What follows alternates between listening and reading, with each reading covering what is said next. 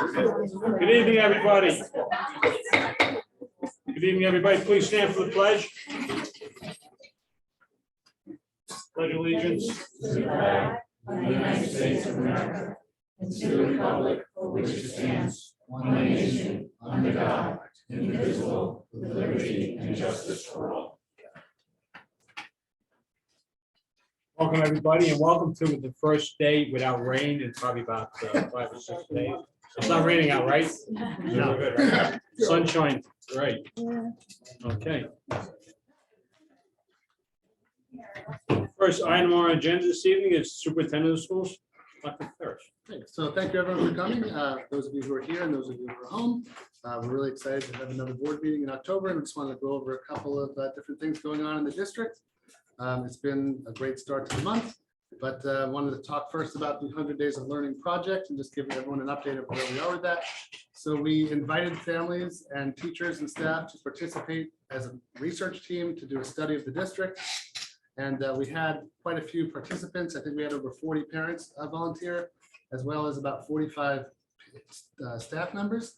And then we also had 17 AP capstone students who are at the high school who want to participate as well.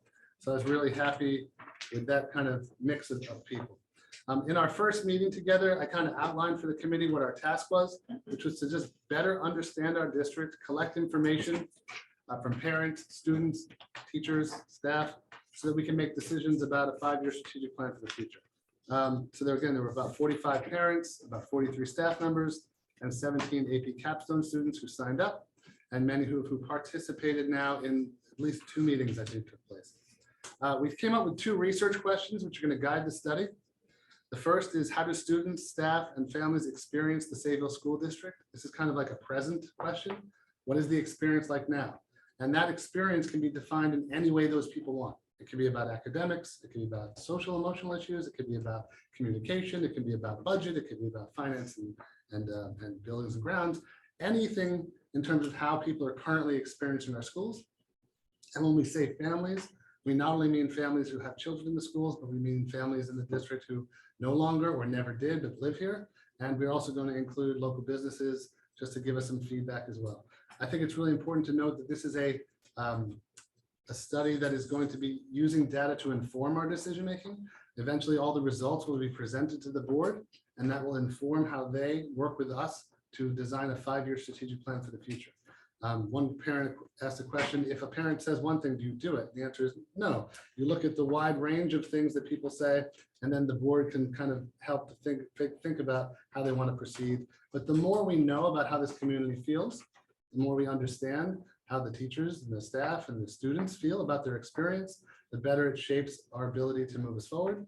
And then the second research question is, how do students, staff, and families hope to experience the Sayville School District in the future? So the first is, what is the current experience like? And then the second is, what do you want it to be moving forward? And that's where we collect information. We're going to do that in a couple of different ways, which I'll show you right here. I think it's really important to just continue to note that all voices matter. This means our faculty and staff, our families and residents, as well as our leadership team who help to operate the district and the Board of Education. And that we are seriously taking feedback. And what I said to the board when we started this project is, if you're going to do something like this, you have to be willing to accept the results as they are and then plan accordingly. You can't just take the results and then do what you want anyway. You have to be genuine in the process, where no one will ever take a survey again, no one will ever participate in focus group again. So it's really important to us that we are taking genuine information and then using that to shape the course of the future. So it starts with our research questions, as I just described. Currently, this is where we're at with the committee, where the design team is designing the methodology. We have a survey team, we have a focus group team, and we have an archival data team, and they're designing the tools as we speak that will eventually, probably by next month, be sent out to the community. We then collect the data, and then the research team kind of analyzes that data, synthesizes it, and reports the findings to the Board of Education so that we can create a 5-year strategic plan for the future. The 5-year strategic plan, so the subcommittees that we currently have, which make up the research team, is basically our survey team, our focus group team, and our archival data team. In the survey team, we have an elementary group, which is going to collect survey data from elementary parents and elementary students and staff, a middle school team, and a high school team. And then our focus groups also will have an elementary team, a middle school team, and a high school team. Every single stakeholder in the community will be invited to take a survey, and they can choose to take it or not. Parents will see the student surveys in advance, so they can decide if they want their kids to take those surveys or not. And everybody will be invited to a focus group. You don't have to join, but everybody's invited. And if we have to have 100 focus groups, or if we have to have 5, that's what we'll do. I imagine, based on doing this in past experiences, we'll have anywhere from 25 to 50 different focus groups that run, and we'll probably collect about 3,000 to 4,000 surveys. That's just kind of my ballpark estimate based on the population that we have. Again, we use this survey data and this focus group information to create a plan that guides our 5-year plan for instruction, the programs that we offer our students, the environment that we create for our students so that they could learn effectively, and of course, our budget, because the budget really drives the ability to do all those other things. The timeline in terms of how this is going to play out in 100 days, plus or minus a couple days. October 3rd to 14th, we're developing the tools. October 19th, we're going to have a meeting of the chair people of the committees to finalize the tools that will be sent out to the community. On October 24th or thereabout, we'll be sending out the surveys to the parents and inviting parents to participate in focus groups. On November 1st through 24th, we'll take the month to kind of analyze the data with the goal of presenting to the findings of the Board of Ed in January, and then hopefully having a comprehensive 5-year plan created over the next several months and ready for the following school year. October 19th is a key date. That's where the committee chairs will meet to finalize the tools. We'll meet here at 4 to 5 o'clock and hopefully make that ready so that these things can be launched the following week. So it's fast paced in terms of the collection, but then it slows down in terms of the analysis and the development of the strategic plan. In the future, once we have the plan created, we'd like to have 4 committees, basically these 4 committees that are ongoing, to make sure that not only do we have a plan, but that those plans are being enacted. So parents, teachers, and staff can be on the committees, and those will be ongoing committees after the study, and they will meet every couple months just to check up on our progress, to make sure we're being honest about the goals that we're set for ourselves.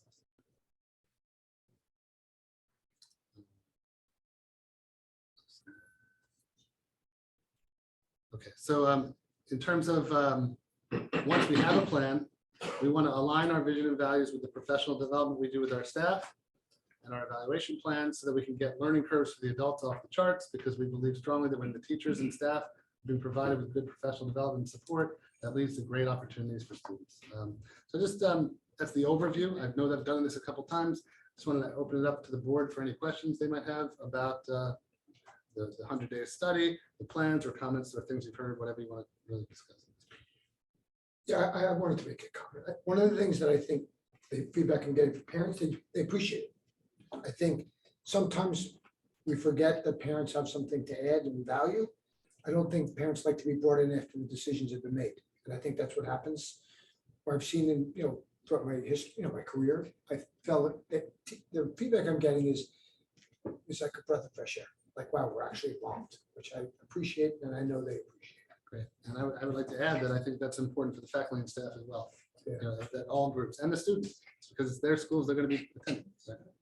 Dr. Ferris, you mentioned families maybe who don't have children in the district, either they're older or they never did. How are they involved again? So we will create a survey for those families and kind of try to get it to them either through email or mail, and then they have the opportunity to fill it out or not. So oftentimes when I've done this in the past, that the results in terms of numbers are much lower for those groups, but it's still nice if you're a grandparent in the district and you don't have children in the district to get asked, what you think. You're paying taxes here, you should have an opinion that kind of gets part of this data collection.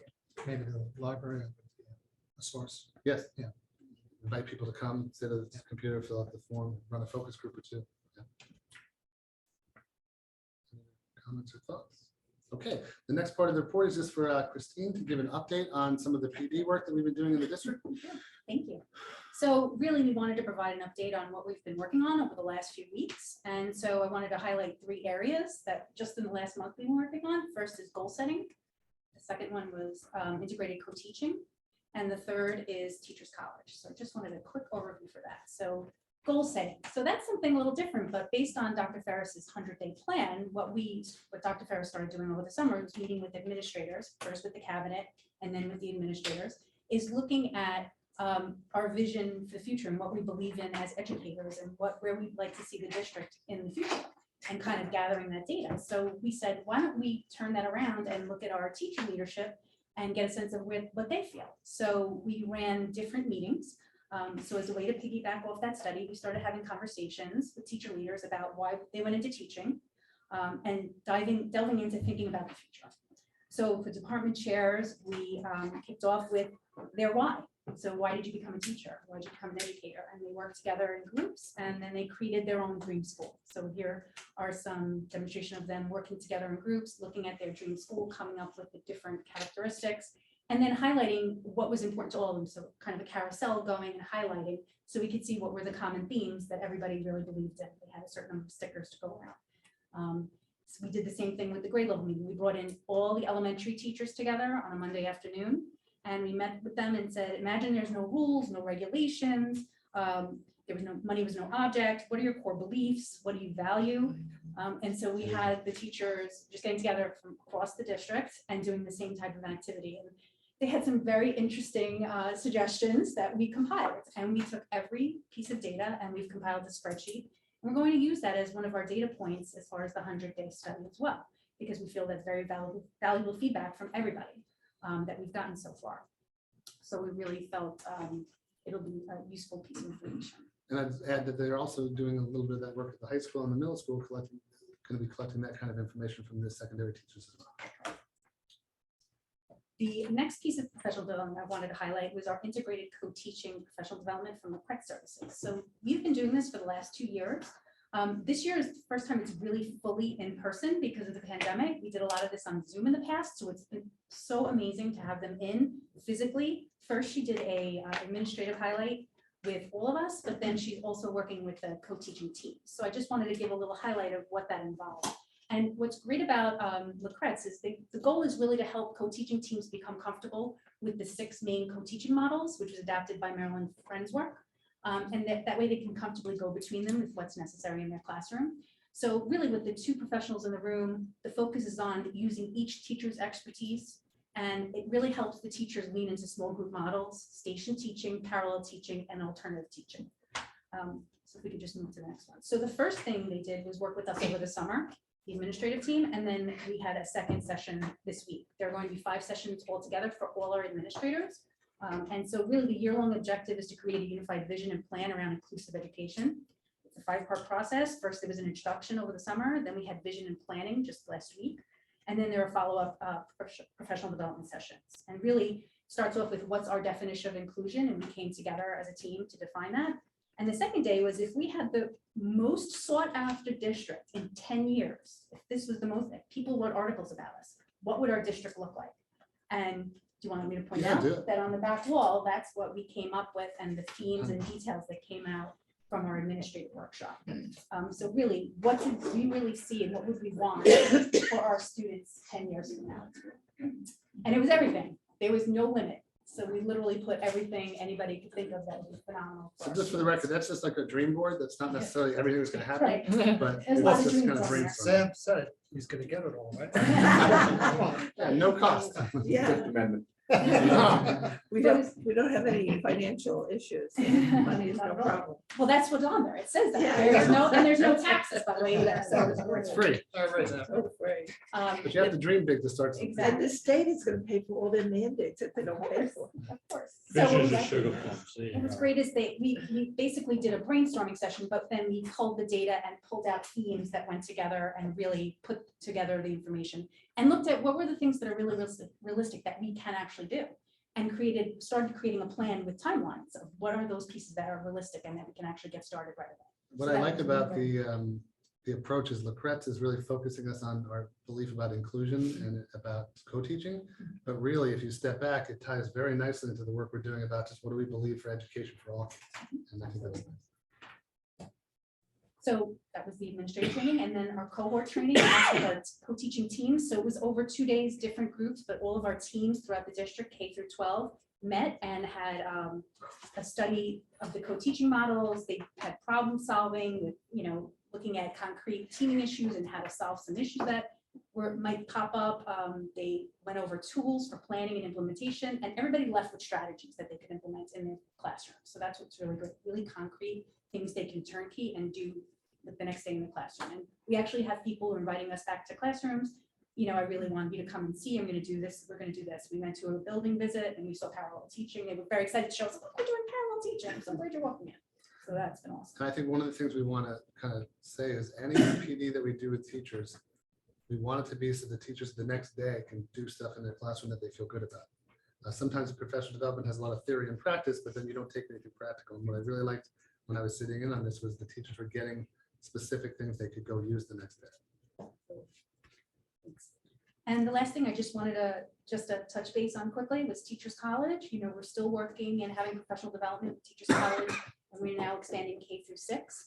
I did want to highlight that we had our first session. It was targeted to K-2 reading because they have updated units based on some of the feedback they've received and adding more explicit reading instruction with phonics into the TC reading K-2. So our teachers have been working with the professional developers to use those new units. In addition, we received new readers to go with that new curriculum, which are decodable books for K-2. So that's more phonics based. So they're trying to integrate more of that into their instruction as well. So that's something we've been working on.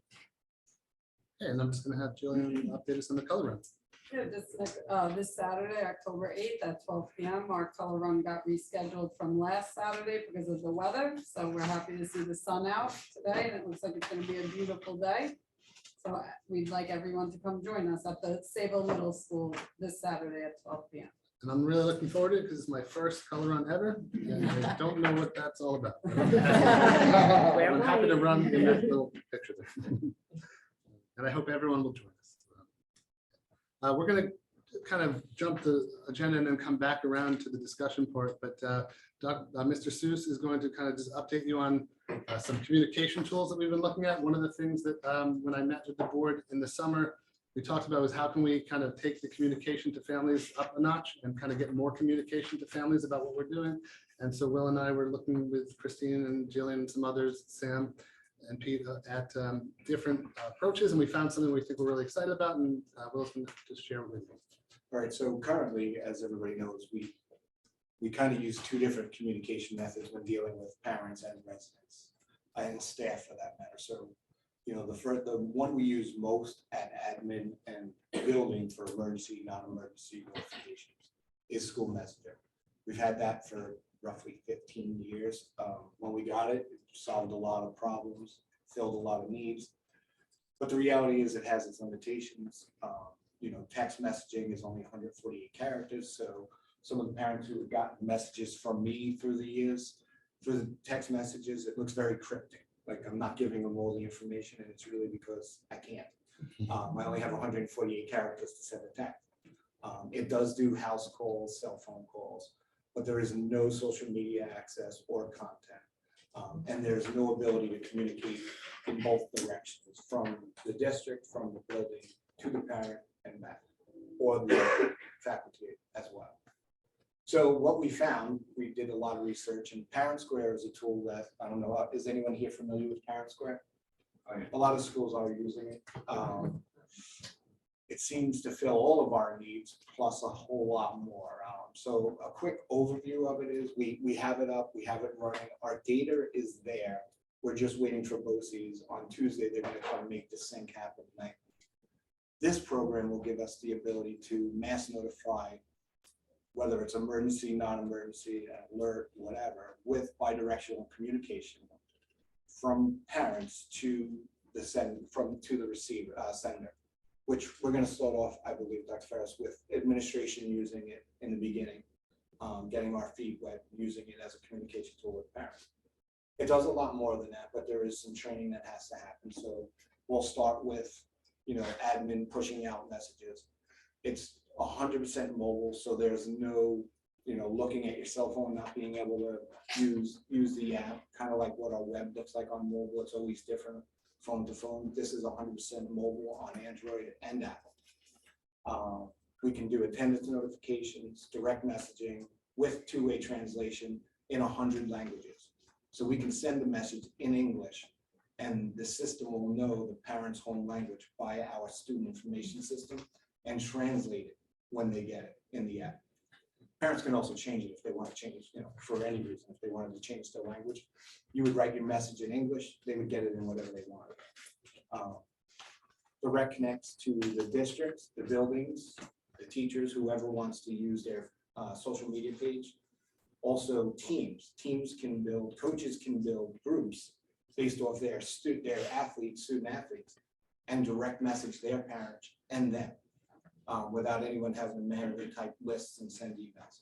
It also has the ability of doing forms and permission slips digitally 100%. They get the form, they could fill it out, give it right back. Obviously, anything requiring a doctor is a little different. Appointment signups. I don't know how most districts are using it. I don't know if any of them are actually using it for parent-teacher conferences.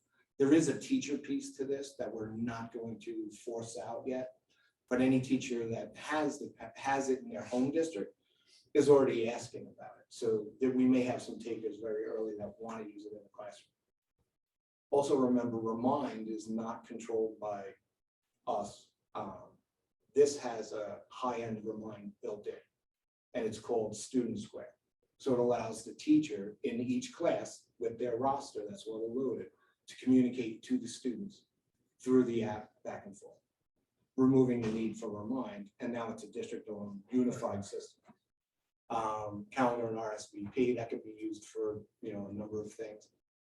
Volunteering and classroom supply sign up, again, that would be teacher or building maybe, but we could also use it at district. The teacher and classroom communication, again, is a lot. There's training that needs to be done on that if they've never used it before. So we have the means to push that training out when we're ready.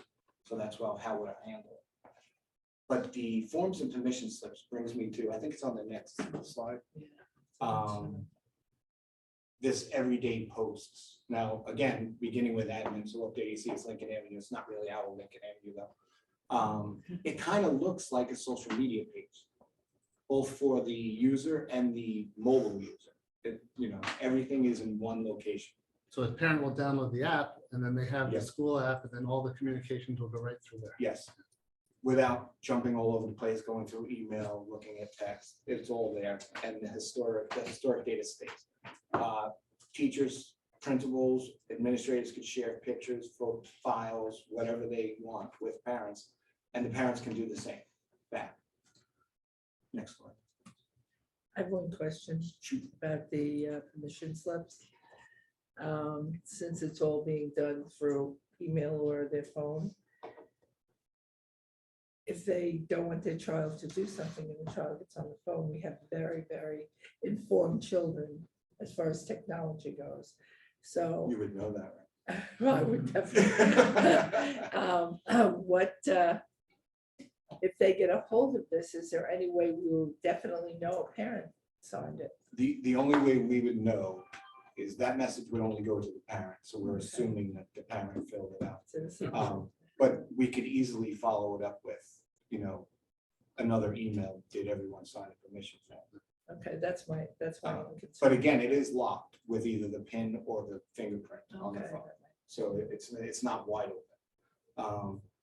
On the bottom of this slide, you'll see combined with payments and volunteering. That's another benefit to this. One of the things that we've heard from teachers is that it's really hard to not only send out permission slips, collect them all, but then collect checks and cash and all kinds of stuff. So this would just make it easy for parents to sign the permission slip, send the money, and then it's all kept track of, and you have a roster that says who paid, who got permission, and who didn't, and then the teacher will be able to follow. It's really kind of a nice feature. Yeah, so we'll work with Dr. Ferris and BOCES on connecting Envision and was it My School Box.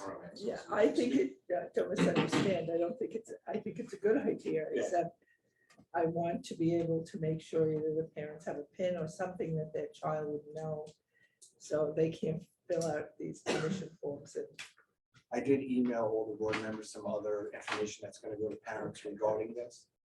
Some of it's tutorials, Some of it is what to do, what to do's and what not to do's, Okay. which does talk about that. Communication, so this is, when we push this out to parents, kind of what they're gonna get is on the next slide. We're gonna let them know that this is our preference of communication now from the district office, so they'll get a welcome. And then it'll explain to them kind of what Parent Square is and what it looks like. And then they'll get this flyer. It'll be digital. With, again, how to sign up for Parent Square. And literally, they're gonna scan the barcode for the first thing, and that's to register. Parents do not have to register for Parent Square. If they choose not to, we can still message them with emergency notifications, emergency texts. They just won't be able to interact or get the photos or send anything back. So they won't get really the content. They'll get basically what we do now with non-emergency and emergency phone calls. But if they register, the next screen will tell them download the app. All of our parents will automatically be loaded, so they won't have to know user IDs, nothing. Once they scan it, put in their first and last name, it's gonna ask them, is this you? Is this your child? Then they register using the address that we have at the school for them. Once they do that, they download the app, and it'll explain to them how to get the smart apps, how to participate in your child's class, or, in the beginning, it's gonna be with district office, and how to send back two-way communications. And again, we're going to start this slow, and we're going to start with the building principals, so that just like they do now, when they use School Messenger, they're just going to use this and get everyone on it. And then as the future goes, teachers who want to use it will be able to, and then in the future beyond that, we'll talk about widening in that net further. So again, they'll have how Parent Square works with more links to the next page, which is how to choose your notification settings, which, some people may only want to be notified when they look in the app. Some people want to be notified no matter what. If the app's closed, they still want the notification. If they choose to get text, they'll get that whether the app's open or not, but all the other bigger items will only come if they choose to be notified. Will people who aren't parents be able to opt in? Yes. Right now, currently, I have a list of non-parental residents that literally I've been collecting since 2003. We've used it a few times for when we did the police training at the high school. We wanted to alert all the families that don't be scared by all the police vehicles. So I'll have to send out another request to those families to send more current information. Some people don't want to do it, which I totally understand, but yeah, because this is a great resource for anything, because you can do surveys, everything right in this program. And that's really it. And building a positive and supportive school community. But, So it's taking our communication through technology to the next level. And the biggest thing is it's unified. Once we're all using it, parents won't be looking on the web page, looking in their email, looking in a text. They'll know where to go. Any questions for Will? I think the committee will appreciate it really because Oh, yeah. right now it's just basically mostly email or you have to basically it's complicated to get that Yes. information. Yeah. And let's be honest, we don't check our email like we used to. We're more fluent with text and messaging. I like that it's cohesive, it brings it together. Like a lot of teams, classes use Remind, but I always felt it's like a little scattered. Yeah, with ed law, you gotta really watch. So yeah. we don't buy it because it's Right. not ed law compliant. Right. But this is a district owned product that is. Right. And we own it, we house the data. No one It's else a lot can. better than me. And again, it gives you the ability to create your own lists, however you want. Clubs as well, club activities, all that. Good. More questions? Thank you, Will. There you will. All right, now we're going to move to the phase of the board meeting where we're going to talk about the policies that are on the books and or that we're talking about. The policy that you're reviewing tonight, there are 4 of them, but the one that you wanted to talk about and that I think we should be talking about in the public forum is the policy on controversial issues. I just wanted to, before you begin having that conversation, kind of frame it for the public and for the people at home, because there's a little bit of misinformation out there about how this is coming about or why this is coming about. So the district does not create out of the blue policies to review and or to add to our policy book. The New York State School Boards Association sends us from time to time, every couple weeks, recommended updates to policies that exist and or new policy suggestions for boards of education. And all the boards in Nassau County, Suffolk County, New York State get those every couple of weeks. We then look at those policies and then we share them with the Board of Education and the board's job. So what I wanted to, the reason I'm saying that is the board doesn't initiate the discussion of particular policies, and nor does the superintendent. But we get these policies from the New York State School Board, and then the role of the Board of Education and the administration is to review them and do one of three things: either approve them, revise them, and approve them as a revised document, and or dismiss them outright. And it's really the board's decision based on how we do that. So I'm framing that just for this discussion. Tonight's discussion is about this policy. And you can talk about it and share your feelings, your thoughts, your opinions about it. We're not voting tonight. We're basically just having a public discussion. And then we're going to open it up to the public so they can give us feedback, so you can hear feedback about their thoughts about the policy. And then you can decide as a group whether you want to vote on it in October, the next meeting in October, revise it, and or not discuss it further and not amend it into policy. So I just wanted to frame the conversation. And I thought it'd be a good idea to just let each board member kind of, you've read the policy, you've looked at it already, you give your thoughts, your feedback, your questions that you might have, and then we'll go around and then turn it into a discussion. And then again, after that discussion is over, we'll finish our meeting and then open it to the public so you can hear what the public's thoughts are, if they have any, on the policy before you make a decision. Any questions before we begin? Great, so why don't we just start with Christine? And Did you work really our go way- to the rookie first? You're on the right. I am glad that we're not going to vote on this tonight because I do think it needs some further discussion for sure. And I know that we've received some information tonight that I want to continue to review. I do have a couple of things that at least I see. First, I'd like counsel, I know they're not here tonight, but to look at it. And I know that NISBA has its own set of lawyers that probably did that already, but I'd like to know what their takes are on it. I just want to make sure that some of the wording is clear. I don't know if it's 100% clear. Two of my concerns is the idea of all sides or as many sides as possible. There's not always two sides to everything. And you know, the idea that things are fact-based or data-based or credible, I think is important when we do that. Of course, the things about being age appropriate and you know, are also important. I think that the goal of the policy is to give teachers the freedom to do the work that they need to do. And it's to assure parents that what's being taught is balanced and appropriate. And I think those are good goals. I'm concerned that there's nothing about the students in this policy. I know that elsewhere in our policy, we have anti-discrimination, you know, things based on IDEA and other laws, but I want to make sure that we are creating a safe space and that those that are in part of these conversations are not discriminated against or called out in any way that would be, first of all, illegal, but also, you know, unfair to the students that are in the room. So I kind of defer that to council a little bit. Do we have policies that already cover that, or is it appropriate to reiterate it here? So those are my thoughts. So similar to what Christine just said, I kind of have similar notes, concerns with some of the wording, certainly the all sides versus some as many sides as possible statement, I think needs further discussion. I do recognize the part where it says that schools do not exist in a vacuum. These are definitely issues that are going to be coming up as they're related to the curriculum. So they do need to be addressed. Obviously, how they're going to be addressed is what we're discussing and going to be working on. I too am interested to see what council has to say, and I would like to make sure that we really focus, or not focus, but really make sure that the statement about taking into account the student's age and developmental level is prioritized, because that's very important as well.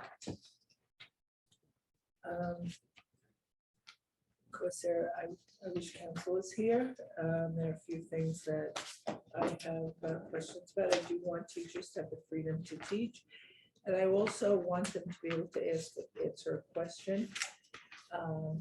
That's all in this policy, but I think it's important our lawyers are here to answer what is, I believe, the age appropriate thing I do because they're in a certain grade level, age level.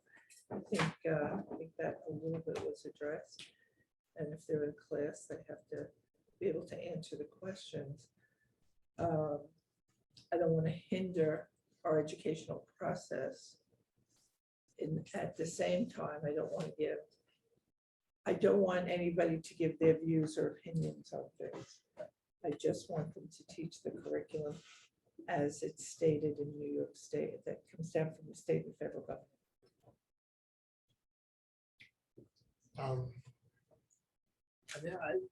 I've read this thing several times. I'm so perplexed by it. Because if you take out the word controversy, it's teaching, Yes. you know, and I just don't understand, you know, and I even look through other policies and it touches on topics. It's already included in other policies. It's even included in, you know, contract language as well. And, you know, I just wonder why, you know, it's almost seems like overkill to me. And one language sentence that concerns me the most is receives the approval of department head prior to utilizing such sources. So if a teacher's midway talking about something and a student starts to talk about one topic and it's appropriate, you know, but is she nervous or he nervous to follow that topic because it may not be approved? And who's going to approve controversy? Like what's the parameters of or definition of what controversy is? I mean, I kind of have problems with this. I mean, I want to do more research. I mean, next week we'll have, you know, some legal advice on it. But I've looked in other districts. Some districts have, you know, flat right rejected. Others have made it even more arduous or whatever. Like, you know, getting like parent consent. I've read things like that. I mean, so you got 25 kids in the classroom and you're going to need 25 approvals on what you're going to teach. And this practicality doesn't work. Some of it, you know, not to interrupt this. Some of Not it to. is. Let everyone finish. Okay, I will do that. So are you going last? I'll go last. I kind of look at it similar to the way Tom does. I think I have a lot of confidence in our teaching staff. I think I taught for many years. If my students knew my viewpoint on a subject, I felt like I failed. I think that's the way our teachers teach. It seems, I really think, Tommy, I like your perspective. It's like, in other words, I think we do this already. You know what I mean? Do too. So I don't know, I have confidence in our staff, and I also think if a parent was uncomfortable with something, I hope they would speak to the teacher, discuss it.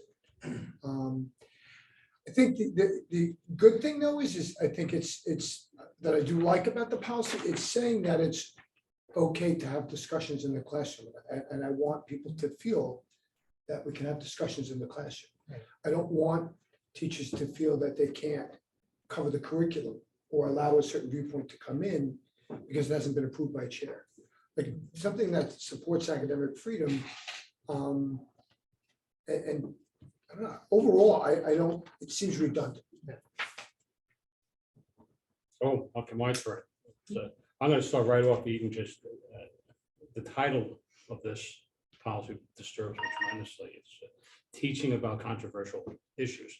I don't know how you teach something that's controversial. We certainly have a classroom discussion about it, but and the whole policy, I don't see we really have a need for it. I don't see why it's even up for well, it's good to have a discussion. I'm similar with Tom and James. It's like, we certainly want to allow our teachers to have the freedom to discuss controversial subjects. I don't think we need a policy specifically here to say that you're gonna do it. So it's, I don't see the need for policy at all, so. I agree. I think as far as controversial subjects, there are controversial. Who discovered America? It all depends who you ask. Well, what's controversial to me may that's not be controversial to you, and as we know. Not to me. What I'm saying is you're asking what a controversial, What is it? it could be who discovered America. Was it the Vikings? Or was it Christopher Columbus? How about the people that? Well, we You can know, have that just dis- using that Yeah, as an no. example. I don't think those are the That's topics fine. they're discussing in this. No, but I'm using that as an example. There are That's- controversial subjects that come up in any form, social studies, so there are controversial stuff. And a teacher should have the ability to discuss it Well, and answer the question. I think our teachers do a very good job with that. I have no problem with and, what's happening. I do agree that some of it, I think it's redundant And- and whatever. and to your point, do we need a policy specifically? Exactly. But the concern is, once we start with this policy, and if we decide to choose to go with this policy at its face, the next policy is gonna be, we want you to teach this. Next policy is, we want you to teach this. The next Well, I policy don't is gonna be, agree we with want you to teach this. I would never You know, agree with we've constantly fought for reasonable local control. And this is one of the very things that we have local control over, is to decide to do, we're gonna do with this policy or any future policies. And again, as I said earlier, I don't really see a need for this policy, because no one's really defined to me what a controversial subject is. It's too subjective. It's very. And we have great department chairs, we have great teachers, but the department chairs going to change from time to time. And what may be controversial to them this year may not be controversial to them next year. So it's, you know, concern is also protect our teachers and have the ability to teach. Exactly. And this policy doesn't do that. Don't tell I me. we wonder agree. what NISBA's head, where their head was, like, I- where did this yeah. Well, come that's, from? You know, and I know we have the conference coming up at the end of October, and I think this will definitely be a conversation up there, I would assume. I wonder what the nexus of this was, right? Because I feel like, very much like you, that this is sort of education 101. It's like, that's always been what has been told Yeah. to teachers, is that your students are not supposed to know your personal opinions. Right. They're supposed to get a balanced education and. Teach them how to think, not what. Exactly. Yes, So exactly. I look forward to that, because I would like to hear that feedback. Why is this here? Where is it coming from? I don't know if you, certainly guess people reach out to Brian Fessler, who's in charge of all the resolutions and policies. So we're going to see him probably about 2 weeks. I could ask him. Okay, yeah. And so we have Area 12 No, director, our Area 12 director will reach out to as well. The other thing I wanted to point out, just in the teacher's contract, there is a short 2-sentence statement about academic freedom. And I think the balance is, we want teachers to be able to answer a question if a kid asks a question in class, and kind of steer it in the direction of connecting it to the curriculum. Right. So we want teachers to feel comfortable being able to do that. But we also, as it states in the teacher's contract, want to prohibit teachers from giving their opinions, their bias, Yeah. or their thoughts about what they think related to an issue that is not a fact. The question is, I guess, for Doug would be, what's the penalty for not adopting it? Or adopting it, adopted, just say, There would be no penalty. There's- I mean, no, but There's the- there but must there's- be, there's- like you just said, there has to be either a risk aversion, behind this, either to give the safeguard Mm. district or whatever. Right. But then I'd That's be the curious to question see for what a them. legal opinion is, Yeah, you or an need- insurance Right. reason. or Right. something. We don't know how Yes. to statewide policy as a recommendation and not have at least in your head, Right. a reason for Right, it, so you there's, know? if you just take away policy in general, this particular policy, say, why do we have policies in general? Right, there are several reasons, but one, to guide the district in terms of what we do and how we do it, and to guide teachers and administrators. And also, though, in the event of a lawsuit, to protect the district, saying we were following the policy, we were not following the policy, but we don't have to have this policy, because that's up to you to decide whether you want a policy or even like this or not. I think the spirit of what you're saying is that you want teachers to have the ability to teach the curriculum. Yeah. right? Yes. And if questions come up in the curriculum, to answer them with kids and let kids debate and share their thoughts and think. But you also want to protect from teachers going beyond that and teaching outside of that, where they're giving their own opinions about what they think about those discussions. or issues. I always felt like a really good social studies teacher was one who presented the issues, that the kids debated, but the kids never knew Yeah, what that teacher thought.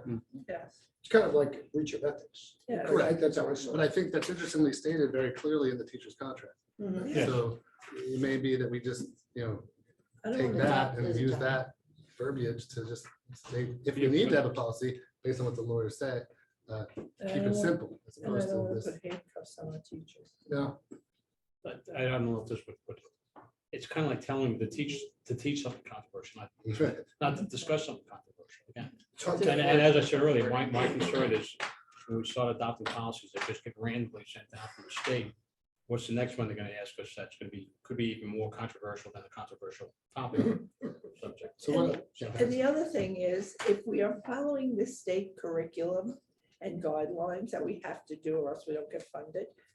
I We're mean, good. this is We're covered. good, we're good. But to be clear, this didn't come from the state, it came from NISBA. Okay, Right, which is- which is sorry, a- I meant from the- yeah, So one of the things I wanted to recommend is in former places where I worked, when the NISBA recommendations came down, we had a policy committee. And it usually consisted of some teachers, some administrators, one or two board members.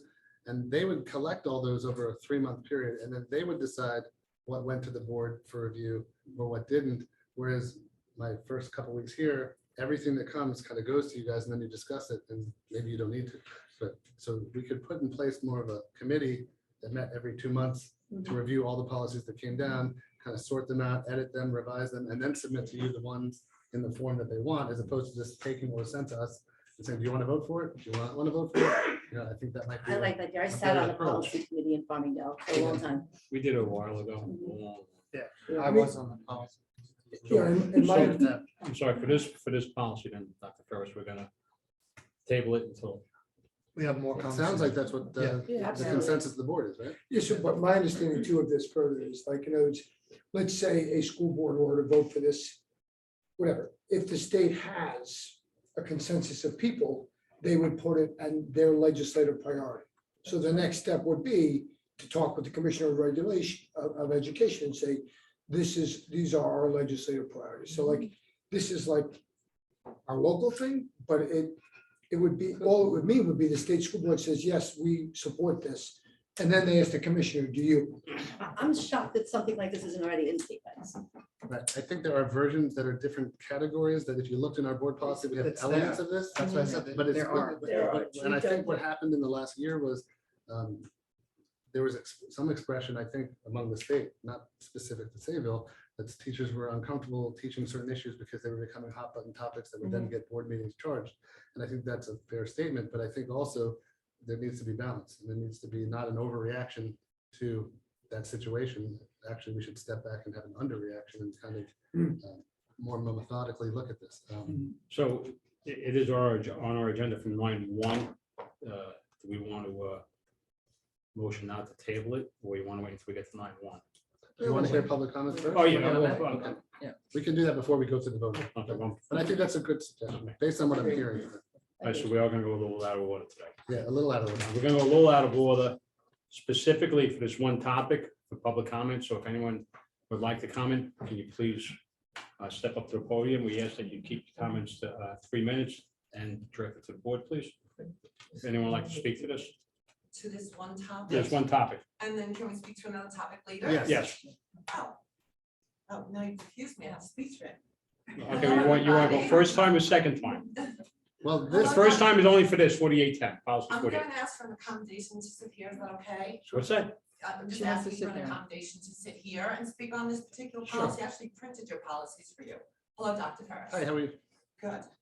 Do you want to speak about this one? Yes, I Okay, do. could you please stand? No, She has her accommodation. Oh, I'm sorry. I need an accommodation I too. know you're hearing it. I come sit next to you. So. Go right ahead. That's why my place for this now. Now you have me all, I was all organized for maybe once. Just let me know when I can So start my this time. policy actually is unnecessary because you have another policy manual. I've been looking at it since the year 2000, maybe 2013, constant. So last September, you actually adopted policy number 4000. I have your draft copy and I have your current. In your draft copy, until you got to the current, you removed everything that stated diversity, equity, inclusion, and equitable. I have both policies for you to look at. I don't know who did the policy, but this is what you approved from the draft copy to the current. You can adjust this instead of saying state guidelines to include diversity, equity, inclusion, like it was in the beginning. Parents were asking you last year, are you teaching that? It was removed from your policy. I don't know why. You don't need to have a cover your butt policy. I understand what the policy is. I can look at it from all sides. I know also that Mike Pace asked teachers to contact you. And I'm pretty sure you have emails, the correspondence section's gone in this meeting, of teachers who probably emailed you and said they do not like the policy. And they think parents should decide those topics. So if you don't want to read those, perhaps we can foil them, but I'd be glad to give you your current and draft policy so we can make adjustments on the current one. I printed copies if you want. Okay. Okay, I just don't believe that policy is necessary at all. I think it's a dangerous policy, leaving widely opening from a legal standpoint. You might have teachers discuss, pick something from out of the sky. There's nothing to do with curriculum and harm a child. And then that parent come back to you. Then sometimes teachers, just like in every other profession, do things they shouldn't. That's a dangerous policy, even from a legal perspective. My opinion, okay? So I will put these up thereafter. Okay. All right, but I don't think it's necessary. I think it's dangerous, frankly. Thank you for your comment. Thank you. Anyone else? Okay, so I had this whole thing written too tonight, and then I was pleased to hear the discussion on that policy because it really is unnecessary. So I get to skip a whole bunch of stuff that I wrote already. But somebody up there had mentioned and kind of asked, like, where's this even coming from? So we know it's not a state mandate. We know it was simply a recommendation or a guideline, and we understand, everybody's got to understand this is just a CYA. This is just to cover your butt. So if a teacher goes off the deep end, you can say it was in the policy, they can talk about controversial issues. So we know this. I've spoken with district administrators from other districts. Many of them are not adopting the new policy because they know this is dangerous territory. Like you said, they're opening, it's deliberately opening up the door for controversy, which nobody needs right now. So, but on that note, policy 4810 is definitely part of the proper preparation for schools pushing topics in education that they have no business teaching our children. The writing is on the wall with the new civic readiness seal that New York State has begun implementing. According to New York State, our children will not attain civic readiness unless the schools and the government decide they have, among other things, the mindset and experiences that they think our children should have. Our children should have the mindset and experiences that we parents think our children should have, not what the people sitting at this table and the teachers union president thinks our children should have. Sorry. According to administrators in other districts, the Civic Readiness Program has one true mandate, and that is that the district must have a Civic Readiness Committee to create their plan. The plan itself has been left up to the districts to decide. So some districts are simply going to have students do community service and create a capstone project on their experience, while others are going to use this as an excuse to indoctrinate our children and to dictate their mindsets. If you look at civic readiness, the definition includes that their mindset and experiences have been dictated, that they have attained a certain civic readiness based on mindset. That's disturbing. So what will Sayville do? Because we know policy 4810 is preparation for this. I am extremely concerned about what Sayville will do, and every parent in this district should be as well. We can no longer blindly trust you to educate our children because too many of the staff are now crossing over into trying to parent them. And not necessarily staff here, but it's happening across districts, even on Long Island. Some very disturbing things are coming out. Your ideals may not be our ideals as parents. Your morals may not line up with our morals as parents. We raise our children. You are here to make sure they are taught math, history, reading and writing, and science without any social or political agendas. I will ask you again not to approve a controversial issues policy, as it will definitely cause more distrust between you and the parents in this district. And I ask you to stay simple when it comes time for the Civic Readiness Program. We are not a district that needs radical changes. Policy 4810 is not necessary. Your staff shouldn't be teaching anything that requires such a policy to protect them. Teachers and parents are meant to be a team. But I'm gonna ask that you finish up, please. Yeah, but our roles are meant to remain separate. Do not try to parent our children in school. Thank you. Just have your name, please. Sorry. Yes, Chanel Ludwig. And the woman who spoke before was. I'm sorry? Teal. Okay, thank you. Hi, Teal. How are you? Hi. All right, I'm gonna go fast. I'll hit the button. Go. Wait a second. I wrote this down so I don't sound completely dumb. Discussing think it's healthy for students to discuss the topics with their peers and teachers as long as these issues do not take up multiple classes. In my opinion, discussion should be limited to social studies and possibly English.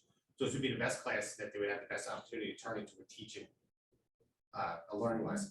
My issue is I currently don't trust your staff members to keep things neutral and open with limited judgment. When I attended Pin Night this year at 3 different schools within the district, I observed political stickers in the classroom as well as flags on desks. I personally don't have a problem with that. I was well aware of the political stance of the teacher. Those things do not set the stage for a neutral, non-biased environment. These issues will be discussed as at the teacher's discretion. Rating will be based on an objective criteria. Yeah, that's not going to work. Teachers are human, and there is no way that they will not form an opinion on a student which will affect the student's grade. The policy also states that the teacher needs to get approval from the department prior to utilizing sources for concept. My experience, most controversial issues that would come up are happening in the world at the moment. Going to the department head about resource changes the game altogether. It turns from a discussion to being part of the curriculum with no notice. Before we add another policy that is not needed, why don't you at least fix the ones that we already have in place? Example, bullying. Last year alone, you failed a student big time. If it wasn't for the middle school principal that was willing to put in the extra effort, who knows what would have happened with the student? Who knows what would have happened with the student? Or address the racial discrimination that took place with a teacher in the UPK program and a student. Address the staff member's action, not to protect the teacher at all costs and try to make the family look like monsters. Emotional wellness for the students. Just this year, a student was having a hard time with the grading process of a staff member. The parent spoke to the guidance counselor. The guidance counselor spoke to the student and told the student not everything goes as planned to deal with. When the parent spoke to the guidance counselor, that was a fun day. The parent mentioned the emotional well-being and that the kid cares about the grades, but is getting blown off. So then I asked, does emotional well-being only apply to every student? Or just the ones with dealing with sexual identity? Silence was at the end of the phone call. You need to address the basics before you allow a staff member to go roll in the classroom.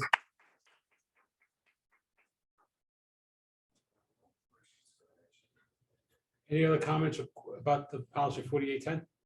I just want to respond to a couple of the. Okay, just make sure there's no more questions. Can we forward the emails?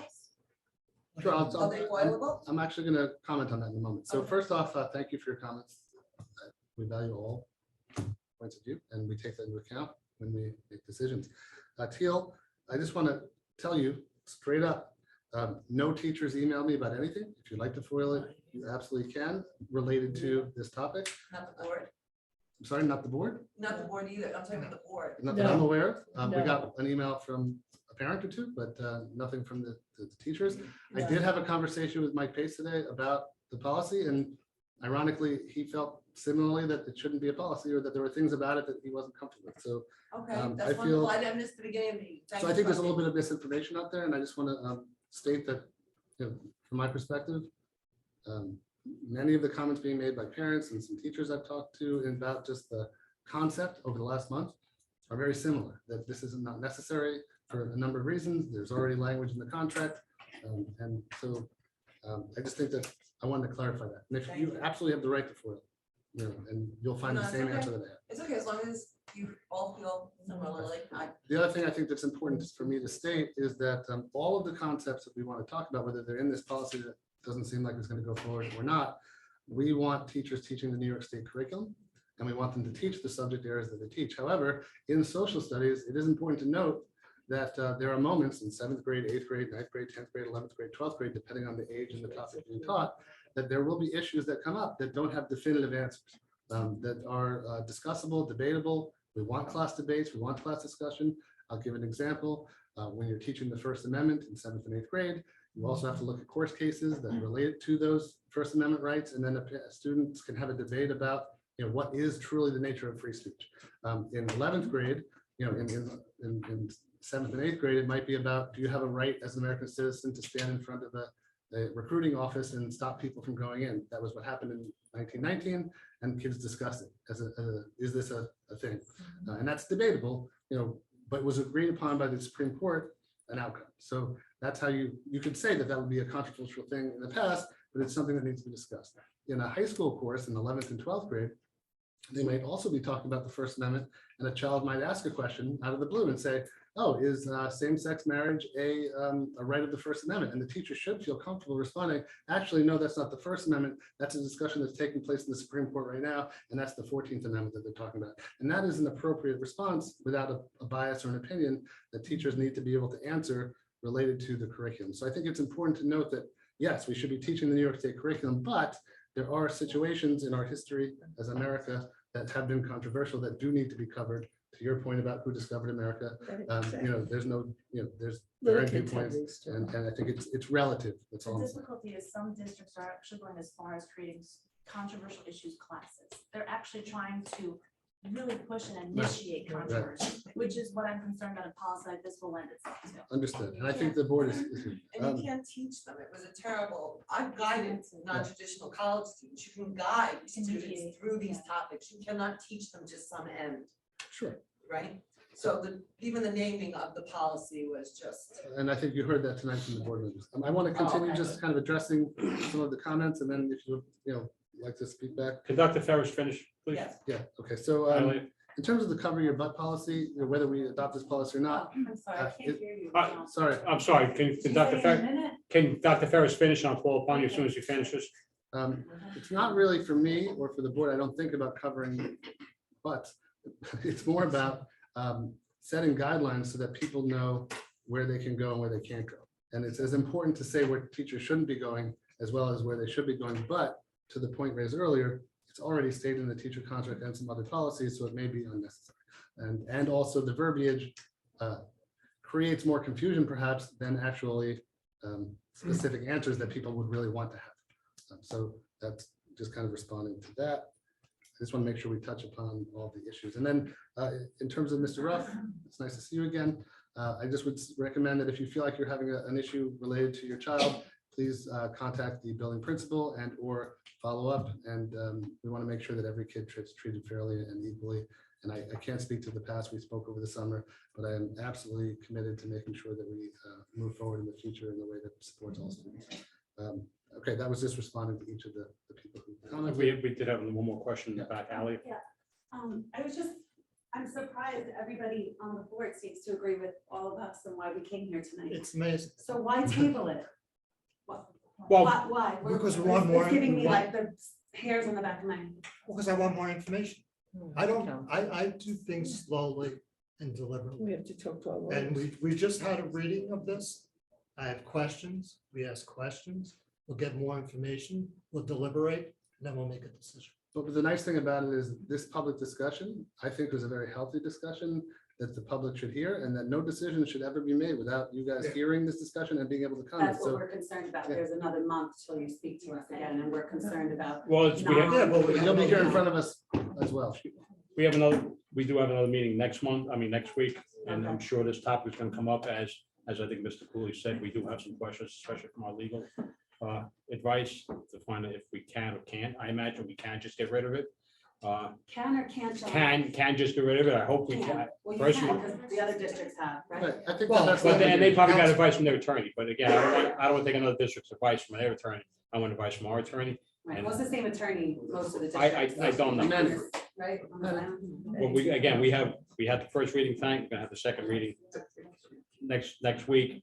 And hopefully at that time, it will either be go away or it will go I away. hope to, I think it's leaning towards going away. can I also just add? Sounds like it. I hope that we can illustrate and demonstrate for you, and I'm new to the district, I'm new to the community, that when we say things, we mean it, and we're having honest conversation, and we're not gonna do midnight appointments in the cover of It's dark. gonna be a tall So order. if we do that. No, it's you know, not. I can fix that. That's no, it's not. Right, so if we, it's So, it's important to me to. Ally, I really we wanna say don't, Dr. Richards. we don't, Dr. Richards. Dr. Richards, I'm sorry. We don't do things in cloak and dagger. This board does meet, Okay. and we don't make decisions, Looking forward to that. and we don't make, and it is kind of offensive that you said that. I'm offended by it, because I know I don't do it. I know my colleagues on the board don't do it. And I know the cat, and I I'm meant it's a tall sorry. order to change I'm the sorry. public's opinion. I didn't say what we were doing, Okay, John. I think that. Thank you. We don't need to, I think we can resolve. Okay. Okay, thank you for your comments, Dr. Richards. I appreciate it. Mhm. Okay, So that concludes the portion of the meeting that's related to the policy discussions, unless you want to discuss any of the other policies. But we're Well, the other ones are first read. first read, so you have Yeah, time to look so- at them and then discuss them at next meeting.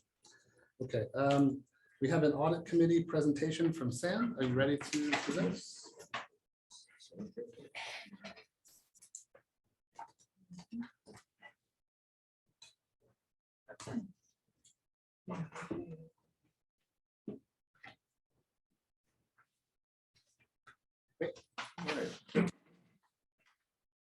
Well, I just want to preface by saying that this is a pretty comprehensive slideshow. I am not going to go through all of the points. It will be posted on the website and on board docs. Else everybody would be sleeping in about 20 minutes. But I do want to go through the salient points because the board does make up the audit committee of the district. And it's important to provide a refresher so that not just the board, but the community knows the role of the audit committee, especially now that it's been about 15 years since it's been accepted by the state. If you can't hear me, just please yell out so I can raise my voice. So. Okay, so the function of the audit committee is designated by education law in the New York State, the New York Commissioner rules and regulations. Every district that has more than 8 teachers must have one. Their role is to assist and advise the board on district's external and internal audit functions. The ultimate responsibility remains with the full board. It was developed after the Roslyn scandal in 2005, and the certain requirements are on the board, on the projector as to what they are. In Sayville, the audit committee was established in October of 2006 before the statutory deadline. The requirements, a district must select an audit committee, which is the case, has to have a minimum of 3 members. Here we have 7, and they have a charter that they must operate under. Who qualifies for membership? As it says, a board member or district resident or non-resident who does not qualify, district employees, those connected with the district, vendors or service providers, or non-board members with close or immediate family members who are employees or service providers. A tenet of the audit committee membership is the good faith clause, and that members will act in a manner that is ethical and in the best interest of the committee. Independents who may not serve, again, the points that I just mentioned. Confidentiality of the audit committee is that during their duties, the exercise of their duties and responsibilities, they may have access to confidential information, so it's treated similar to an executive session, and the committee does have an obligation to the district to maintain the confidentiality of such information if it were to be discussed. Collectively, there are some requisite skills that are required of the audit committee. Background or knowledge of accounting, auditing, financial reporting, and district finances that are needed to be understood in order to evaluate the financial statements, which are annually published for the school district, the external audit and the internal audit activities. And the committee members should also have the requisite knowledge to understand some of the technical and complex financial reporting issues, obviously with the assistance of either the business office and the different auditors of the school district, the ability to communicate, have knowledge of internal controls, and again, financial statements. So the charge, role, and duties, what is the purpose of the audit committee? And again, I say this because this is audit season and we will be coming up on the approvals within the coming weeks. It is advisory only. The committee's recommendations are not binding on the Board of Education. The board ultimately retains full control and legal authority over financial matters. And that's very important to understand. The audit committee is also responsible for reviewing, overseeing, and making advisory recommendations to the board on the district's internal and external audit functions, and also the selection and appointment of internal and external auditors, which by law should occur every 5 years. Now, the audit committee, what do they oversee? The main areas, the external audit, the internal audit, and any administrative matters that may arise. So the external audit, again, the points are up there. They do provide recommendations regarding auditor selection. They meet with the external auditor prior to the commencement of the audit and to review the engagement letter, which is what are they going to audit, what are they going to look at. Review and discuss any risks or risk assessment to the operation. Review the draft annual report and draft management letter. Provide a recommendation to the board on accepting the annual report and the financial statements that are provided. And to review any corrective action plan developed by the district and assist the board in implementation. If there are any operational matters that they feel require revision or improvement, it is documented in that corrective action plan that the board would approve from the recommendation of the audit committee. The internal audit focus, again, similar to the external, the appointment of the internal auditor, assist in the oversight of the internal audit function, high-risk areas, control activities, such as payroll, human resources, benefits, etc. Significant recommendations are reviewed, monitoring the progress of how those operations are going or implementing such recommendations, and also participating in the performance in the internal audit function. Again, how's it going? Meeting notification and decision-making. At a minimum, there has to be a meeting agenda, date, attendance, and location, similar to a board meeting, and otherwise provided as mentioned, except as otherwise provided by law. All motions, proposals, resolutions, including recommendations, are agreed upon by the audit committee that would then go to board action. As appropriate, copies of materials are discussed, presented at the meeting, and then posted. And the decision-making process, this is the important part. All decisions are reached by a vote of a simple majority of the total membership of the committee, and a quorum is the simple majority of the total membership unless there is no quorum that is present. Reporting requirements, they do have a duty, as I said, to report to the Board of Education on the scope, breadth of their activities, provide minutes and summary of the meetings, and also report on the review of the district's draft annual report. All of those reports are available on board docs as well. Continued report on any suspected fraud, waste, or abuse, or significant internal control findings, indications of material or significant non-compliance with laws or district policies, or any other matters that they feel is relevant or necessary to the district operations that may be of importance and must be disclosed. The Audit Committee charter, that's how it operates, it runs, it functions for the last 15 years, as I mentioned.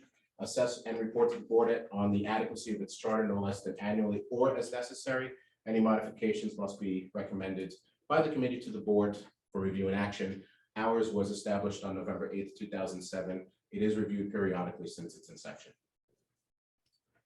Several months ago, a trustee had mentioned, an audit committee member and trustee mentioned a self-evaluation form, and we were able to find and modify one, which I do have on the board. It will be distributed. It's been distributed, but will be discussed further at the next audit committee meeting, which again is sort of a health check for the committee. How is it going? Where do we want to go from here? What have we done good in the past? What do we want to improve on? And again, on the document that's posted online is that 4-page sheet, which we'll ask the audit committee to review. And just want to mention, just in the interest of the information presented, it is gathered from the Office of the State Controller, our public board meetings, the New York Commissioner Rules and Regulations, and New York State Education Law. So that's as fast as I can do it.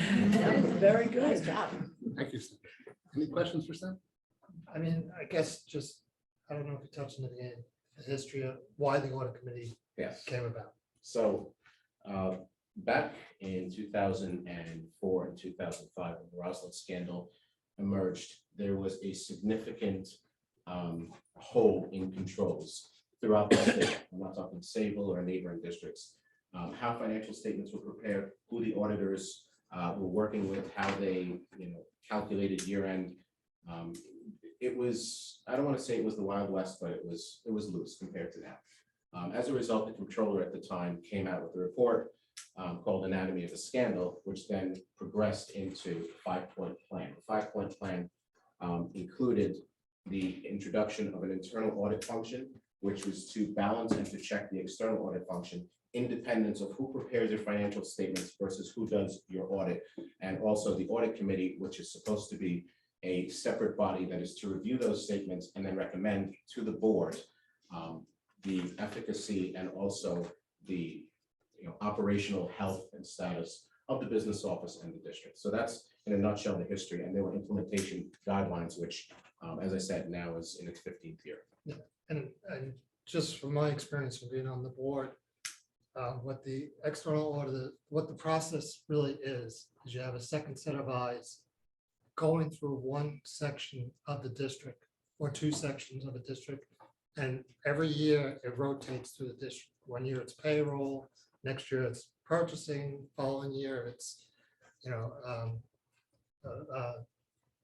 like the resources, it could be external benefits. activity funds and all that. So, and what I've learned from my experience, because people always say, oh, it's a lot, it costs money for these auditors and everything, but it keeps everything current and up to date, and keeps it keeps everything safe for the district. Some districts have flying colors, and other districts have difficult.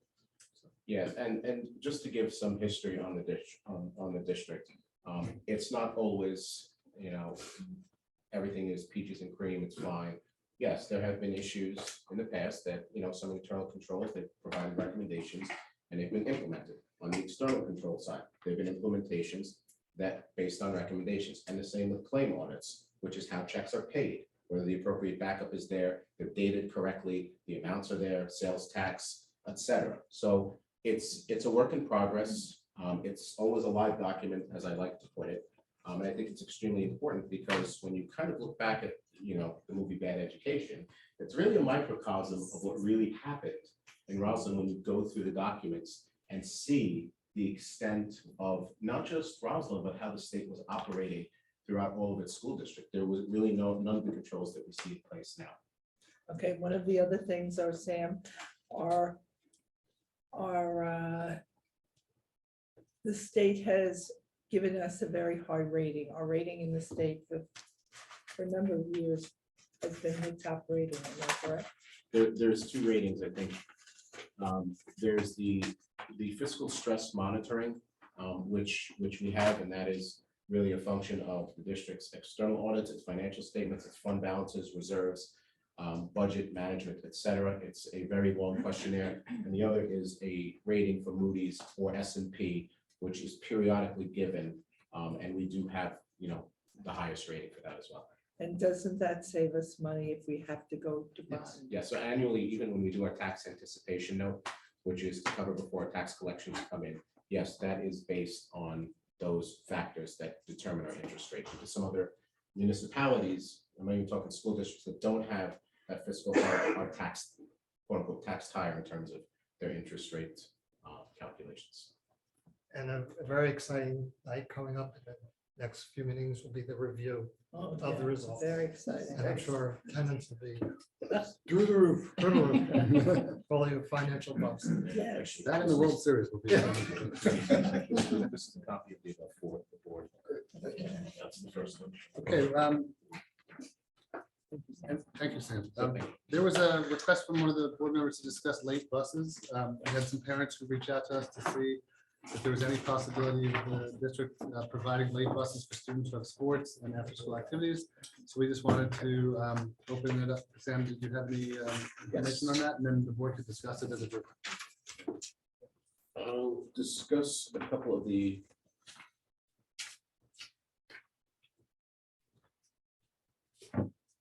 I gave you no lead time.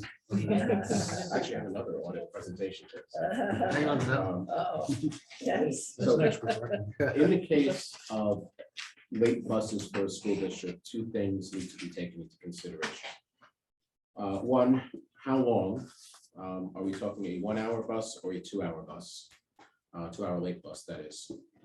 Number two, and this is the parity, which is whatever you do for the public schools, you have to do for the private schools. So if you add a late bus for Sayville Public Schools at the high school and the middle school, you are legally obliged to add buses for the private schools that we transport to. And in this case, we have 4 private schools that we transport to. So that being said, just on a 1 hour late bus, just for Sayville, and we're just talking the high school, it would be an additional $1,261.51 per month, additional, just for one 1 hour late bus. Can you repeat that slowly? 1261.5, I'm sorry, I'm in audit mode still. Just use real numbers. 1261.51 per month additional. Annualized, one additional 1 hour late bus would be approximately $13,000. That's just one bus at the high school. If you were to do another bus, I would say at the middle school, it would be an additional $13,000. That's just for Sayville. Take that number and multiply it by 4, because you have to provide the same exact service to the private school settings as well. And if we did a late bus, it might require more than one bus to get people where they need to go. That is correct. That's correct. And sometimes that's when you have the 2 hour late bus, because you're having one bus doing multiple runs. That would be almost double, $2,250 per month additional. So Per bus. annualized, yes. Per bus. Per bus. So at the high school, that's $22,000 per year. high school, middle school, I'm gonna round up, it's about 45,000. And multiply that by 4 as well, because you have to provide that same service for that one bus for those 4 that we transport. So that would be about 180,000. Repeat that number? 180,000. So 180. now it's open to board discussion. Just to talk about- How is that compared to the entire busing budget? Our entire busing budget is about $4 million, so it's about 5% or so. But Just, well, also might be a to the little more. tax rate, it's 0.25%. I think. That's right. But then, but that's also on a projection that we're gonna have one bus per building at the high school and the middle school, and then doing the same thing at those schools. That scenario could be very different at any of the private schools, depending on their after-school matrix activities, et cetera, which we're not as obviously familiar with as we are with the high school and middle school. And do we have any data as to how many will actually use these buses if they're put into place? Where? In any of those places? I'd actually, You know? I'd have to work with. Can we just, I just want, I may have missed the opening. So we don't have any late buses after, well, we have Currently, we have taking you to school and taking you home after school, but nothing. nothing for the extra period. Can I have to say, No, you have have we the extra Yeah, the period, extra period. but not for anybody who's. Here in July. Oh, okay. No athletic bus. Okay. I think this I just might have be to best. say one thing. I've been to the high school, picked up kids after school, and when the buses leave, there aren't very many students on them. Have we done a survey? When I tell you, I think there was on one bus, 2 students. I don't know how you, and I know we have to provide The seats. within the seats. I know, but I don't really understand why we have these buses that have 2 kids on them. Well, because of private. When you provide the buses, you're mandated to provide the seats. I And then know. if a parent decides to drop off their child or not, we can't stop them from doing that. But we also can't give away their seats because we also have parents saying, I'm 1.6 miles away. Why can't I go on the bus? And we have to say, well, because there's not a seat for you. And then that seat is empty. So it creates a paradox. There is a paradox, there is.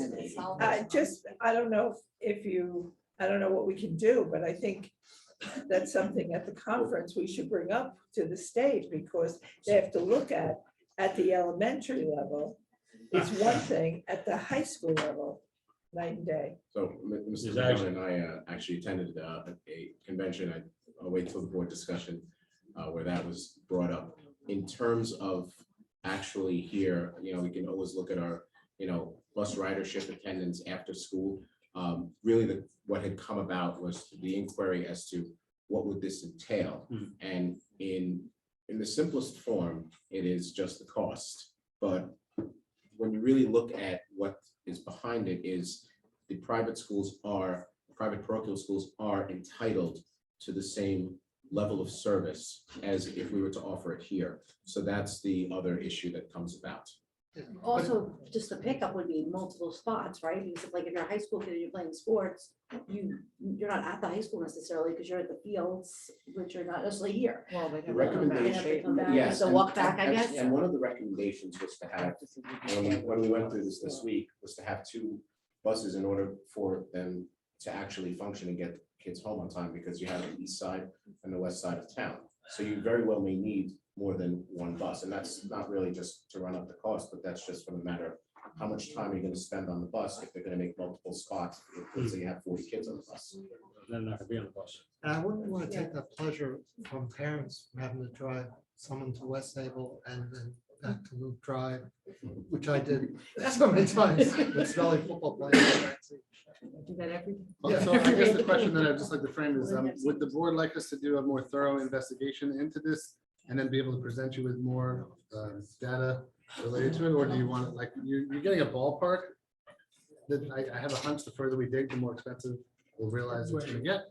But if you want that number and then you want to direct us to, as we build a budget, consider it, we could certainly talk about it and then you could decide. I would certainly put on a budget discussion item moving forward, because we can't do We it. don't have. We can't do it this year. No, No. no. it wouldn't And be- we don't have students on the bus at the end of school. So. I think those are two different issues. I think Yes. we're talking about like the end of school buses, not the same thing as the after school buses. And I agree that we should maybe assess the need for both. But do even all practices end at the same time? Well, they No. would tailor them to do that. So if there was a bus, the coaches would be made aware of that and they would tailor their practice. Unless there's field-based usage issues. But Oh, but that's- in all honesty, the need may not be at the high school level, it may be at the middle school level. Because Because a lot of the high a schoolers. lot of the drive. yes, a lot of the high schools drive or have a teammate that drives or, so the need may actually be for the younger kids who Well, don't it- have that access. It just sounds like we need more information. We do. Yeah, we need more information. All right, just get more But information. I think it's good that it's on the radar, and I think that Sam and I can then, and we could, as part of our survey work, add that as a question and or have a separate survey, just to get a sense of, we wouldn't want to spend that amount and then find out that 2 kids are riding the bus, but if we found out that, a good number of our athletes and our artists and our drama students would benefit from it, then you could consider, and when you look at the budget, we're gonna have to be under the 2% cap, and you can say, well, if we put this in, what comes out, and then you guys get to decide what priorities you have, and then you could figure out what you want to do. Sounds Now, fine. if it's gonna interfere with my language at the elementary level. We'll talk about it all. and I'll have to take I'll have to take a bus. Good try. Okay. We're gonna move on to the next update, which is the food service update. Sam? Okay, this is really brief. Two items. Earlier this week, we were informed that we're receiving some additional funds from the federal and state government. One is known as the PEBT. It's an administrative assistant grant that is being sent to the district, reimbursed for any work done from staff during COVID. It's in the amount of $3,140. And also in recognition that the supply chain still has interruptions, we're receiving another $5,000 from the federal government. So we're getting an additional $8,000 to our school lunch fund with regards to that. That's part one. The second part, there are some advocacy items that have been on the radar. Some of the companies that we buy our products from have taken a bit of a shift with their philosophy and have said, well, typically we give you this under the umbrella of it's a government commodity. That drop isn't happening.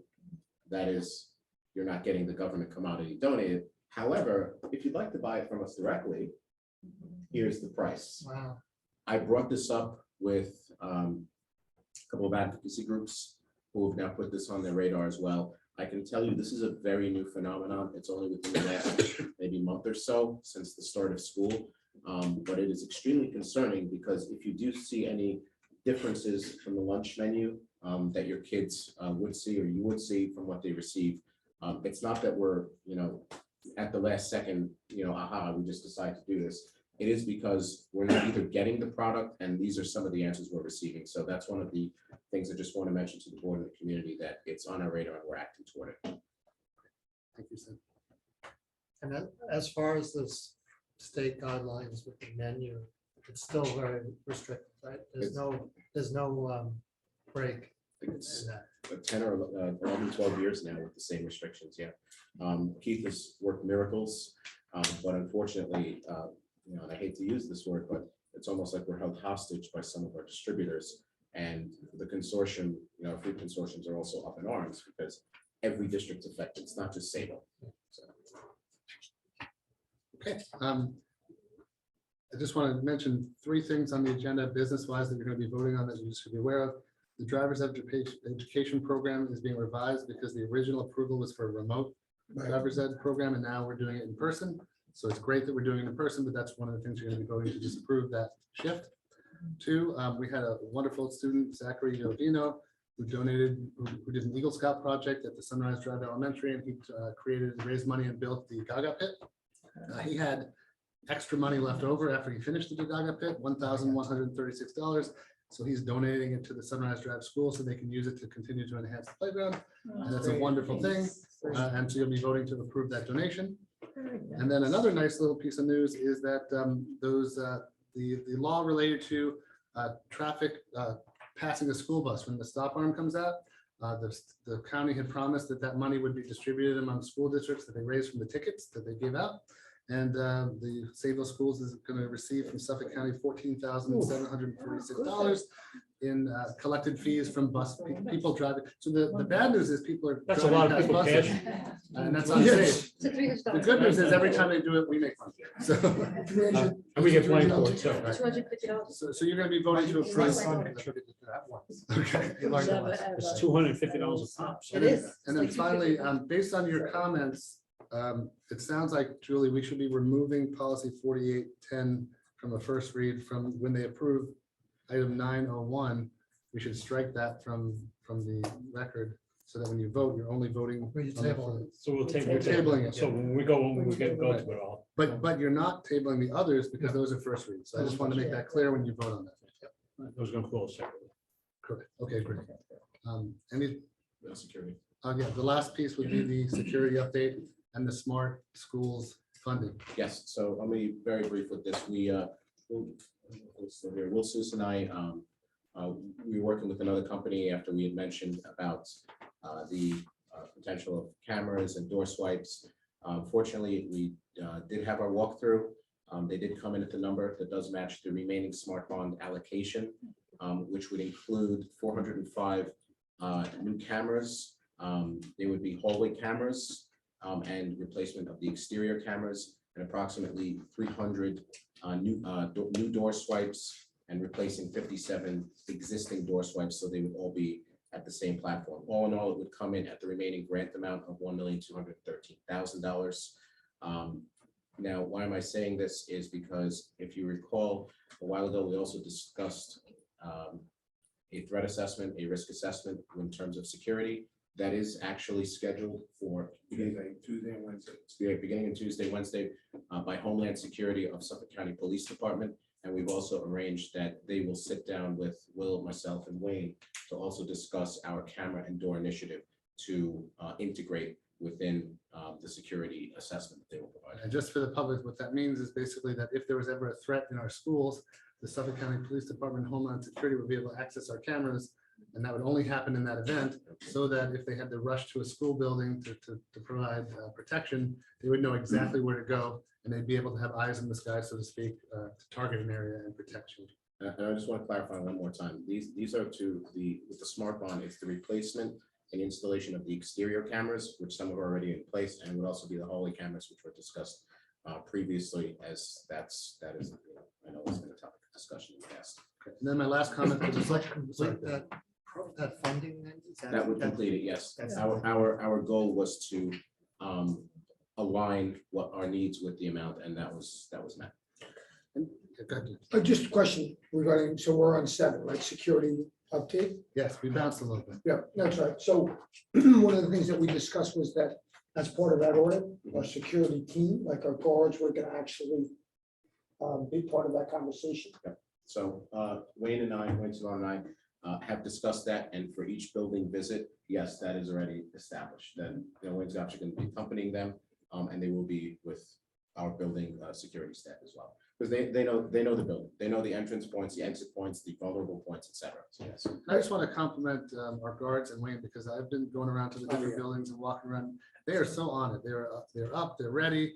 They're kind of eyeing everybody who's coming in. If I go down any hallway in the high school, middle school, or elementaries, there's another guard popping out of nowhere checking, like they don't know me as well. And it's like, I just think it feels to me like our guards are really alert and professional and on top of things. I really want to compliment Wayne in the transition to that leadership. I think about with our guards, and you said, their parents, their residents, Retired police officers. there's a level of ownership that you find from our guards. That's why I'm just happy, because a lot of times you'll have say, an audit by Homeland, and they're looking at entrances, and those things are relevant, of course, important. But I think there's an awareness of students and the dynamic itself, which it's hard to speak to from an audit, but when the guards are part of that, that's a comprehensive audit. It was obviously feedback from the board, discussions with Wayne, John, G, and Brones, Will, that when designing this audit and saying like who's going to be accompanying this person, who's going to be there, instead of just having like a blanket, here's the form, these are the entry points, here's the exit points, that can actually be really well tailored because you're dealing with people who not only are ex-law enforcement, but just know the buildings and, as you said, are invested in the community. So I think it'll have a lot more of a, a lot more fruition will come out of it. And just prior to going to the final phase of the meeting, for the public, we've talked as a board and as an administrative team about designing the board meetings in 2 phases. The first meeting of every month being a planning session, which is much more discussion and presentations of things we're doing, like what we did tonight. And they take a little longer, but we talk it through and the public gets to hear the voices of the board and what they're thinking.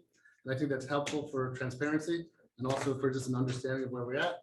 And then the second meeting of every month is going to be more like a business meeting where we kind of have a lot of items that we just vote on, but hopefully those items are all discussed in the open the meeting before. So I just wanted to clarify and hope that you see that in action tonight and that that's going to be like our operating system moving forward. It's kind of a return to what was happening pre-COVID to a more planning session followed by a business meeting where the public gets to hear the inner voices of the board as they're thinking about the decisions they're going to make. And I think I just want to compliment all of you. I think you did a really nice job.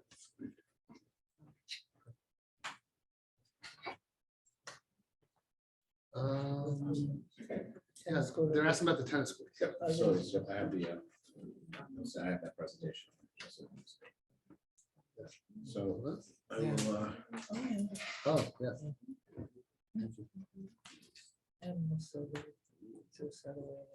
That was striking because we discussed that. And we could talk about tennis court at the business meeting too. I think we'll have more. Okay, let's, so basically there were some questions asked about the tennis courts, how that came about, and they look beautiful. And I think the public should know like what it cost, why we made the decision to go with turf over cement.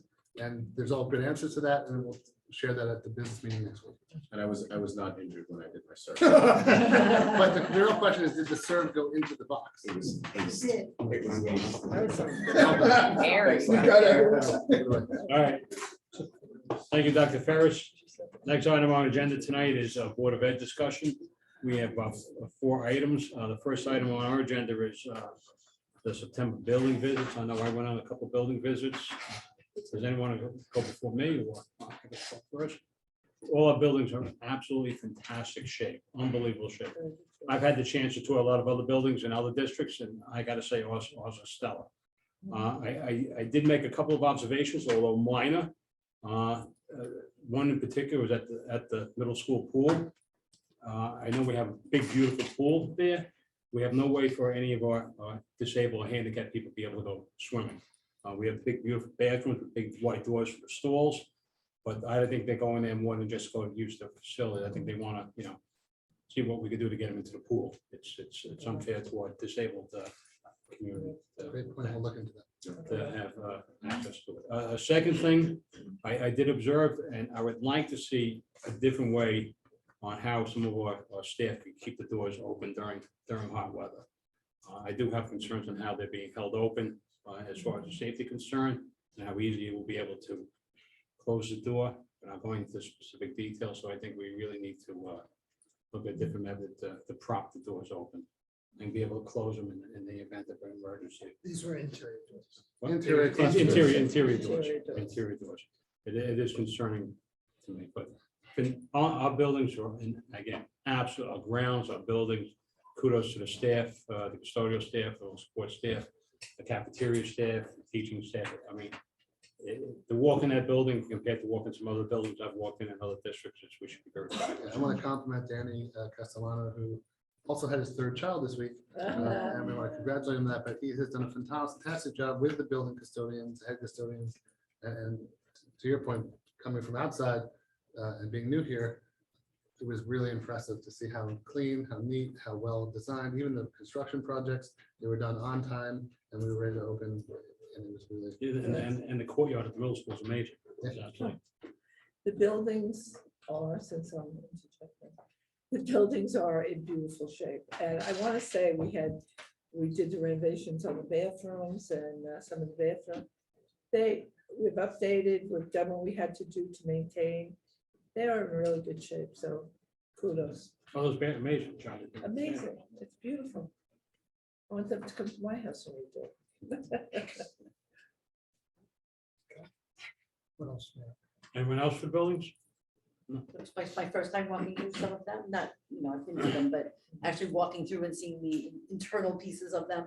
And just again, buildings, grounds, custodial staff, the pride they take in our buildings is so obvious. And it feels welcoming when you walk into those buildings for students, for outsiders, for staff. I think that, again, I've been to several buildings in Nassau County, and many of them are not in the condition. I think we played a little foosball at the middle school. We did. Play a And little Gaga foosball. at Sunrise. Yes. And we went to the Yes, we Gaga, did the Gaga. I missed the guy. I don't know exactly what we gotta do in the Gaga pit, but it's, The You go Gaga. Gaga? we Gaga something, but. Yeah, we have to hop over. I didn't hop that well. Neither do I.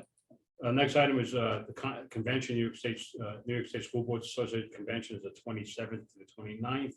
Anyone who needs to cancel or wants to cancel, please do it by tomorrow. We do have some good news. We did have a resolution that was put up before the Long Island, that's the Central School Boards Association. It was voted on, it unanimously passed, so it's gonna be back up there. I think Monday we're voting on it, 17th, the 17th, we're voting on it, so it was good. and it was joint, right? It was It was joint. jointly. With Sayus and Sage. Sage. I mean, basically, our convention or convention, National Suffolk School Board Association, where they decide to adopt certain resolutions, a lot of very, very interesting ones on there. So it's, so if you want to zoom in, guys, zoom in and see what they're going to vote on. So a lot of them passed it. I didn't think we passed. A lot of them failed it. I didn't think it was going to fail. So it was a very interesting dialogue at that. Next item, anyone else want to jump into the state? I know I'm going. I'm looking forward to it. I'm going. My first time. Next item is board member would like to sit on the committee to say will become a peace poll member or Have. city of peace. Have a board member sit on the committee.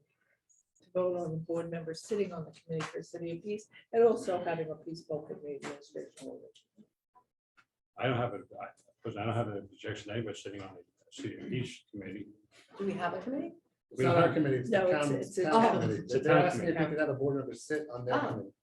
I would, James, I don't know if you're too busy, but James has a lot of information I've discussed with him because Patchogue is, and he knew a lot of information. I think it would be good. I would be his backup if anybody, if we want to vote on it. The way, the city of peace is that you're making a proclamation that you're committed to peace. So That's it. you're basically, kind of like the way I look at it is, like we identified values with strides, where we identified these are our core values. A lot of times people would bring them up, well, let's live up to that. And I think that's the principle of being a city of peace. Like for me, the two things I think about that we experienced, and these are community things that of which we're a part. Like I felt like COVID was hard, but there were two very peaceful rallies in the state. Yes. We had Back the Blue and Black Lives Matter, and both were entirely peaceful. I don't know a lot of communities that had both of those.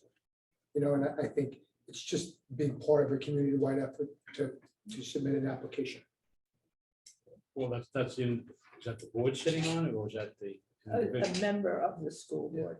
They're asking if a member of the school board would sit on their committee. Yeah.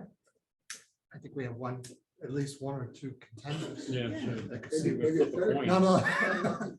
Okay. I know you're community peace, Tom. I'm still Vote on confused as it, to or- who's committee. I think it's just general consensus. Yeah, If there's a committee that's created, I think we have or we consensus. authorizing the board Okay, member to and do. the person. If there's a committee, there isn't a committee. Oh, do we have to There's name, been we have to name, discussions I think we have amongst to, Rotary, other things. Yeah. Nobody has formally I said, mean, let's form a committee. so there is no committee.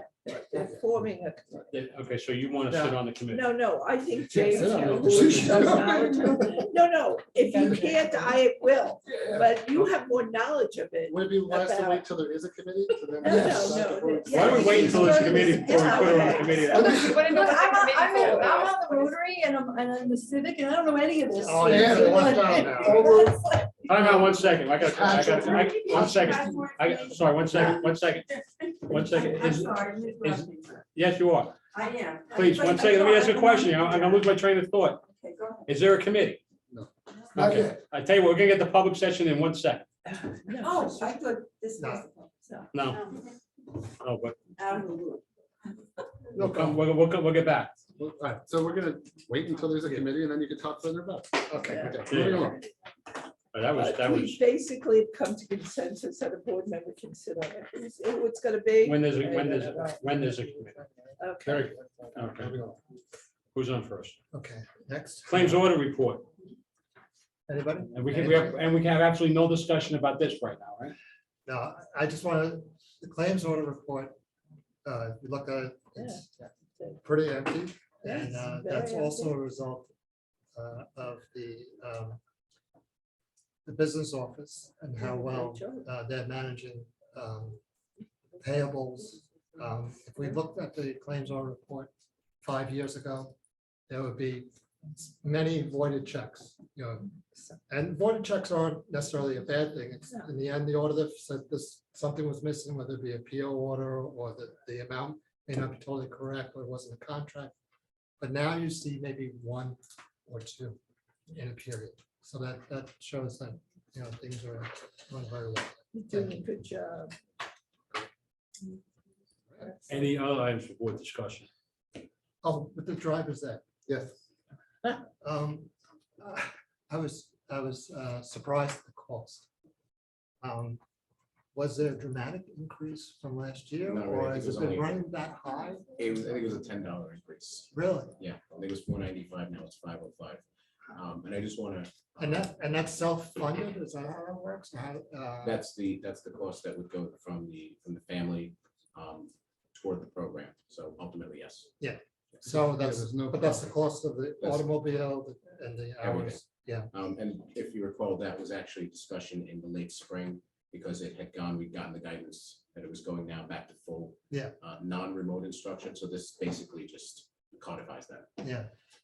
No, it's concerning to me because the cost is really so high. I mean, and you know, it should be afforded to every child in the district. And I think it's something the state maybe to find a way. Unfunded mandate. Yeah. We used to pay for it a long time ago. That's what I would like the states. Right now, it just pays. Should to be sustain it. addressed. Yes. If the unfunded mandate, Okay, thank you. whatever. Just, I know a couple of months ago, we spoke about getting mics for us up here, and I know some people straining in the back to hear us. So we any closer to, I will check No, on but that. you can hear us. The lady, you can't hear us? It's hard to hear. It's like, it's hard to hear. So what- Really? and we should be having. Okay.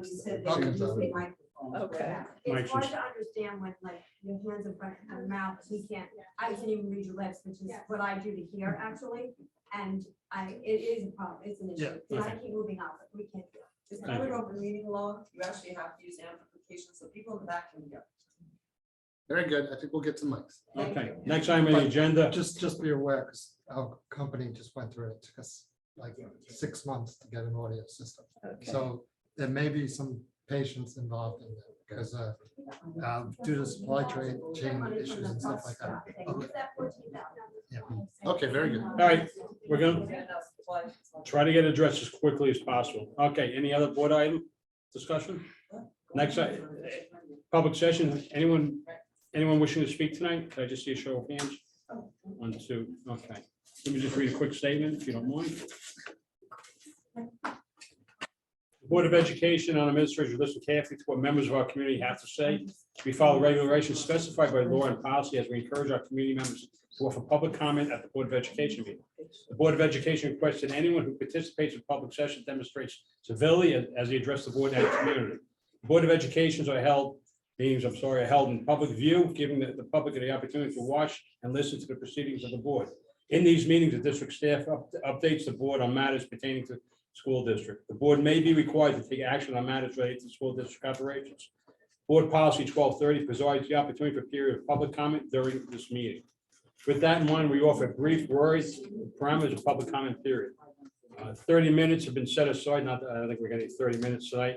So tonight's agenda is moved. The board reserves the right to limit public participation in any given case or to the extent maximum comment period if deemed necessary. Questions or comments by the public are limited to 3 minutes per person. Speakers are asked to identify themselves and or the group they represent. Speakers should conduct themselves in a civil manner and direct their comments to the board. The board will not permit discussion involving individual district personnel, students, or community members. Thank you. Your turn. You're up. Thank you. Just state your name, please, first. Carol Kohler, been a resident of Sayville for as long as I can remember. Graduate from Sayville. Probably past 60 years. And I have, so my 5 children went through Sayville schools, my 17 grandchildren went through Sayville schools. So we're all one big happy family. And I've been involved in South Country Peace Group for many, many years. We have we celebrate the United Nations International Day of Peace every year on September 21st at the Common Grounds. That's my plug. Everybody please come next year. And we do things in that we try to do things to promote peace. We do the peace polls wherever people will accept them. And we also, as I said, do the International Day of Peace.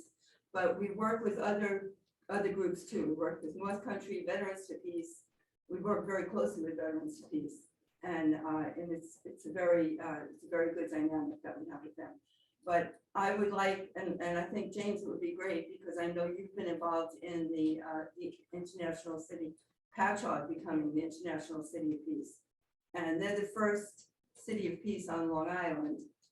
And so we would like to become a sister city to them, and hopefully we'll all be one big happy sister cities, sister peace cities. Yeah. Say that 5 times, right? So we're looking for signatories, and we're looking to start.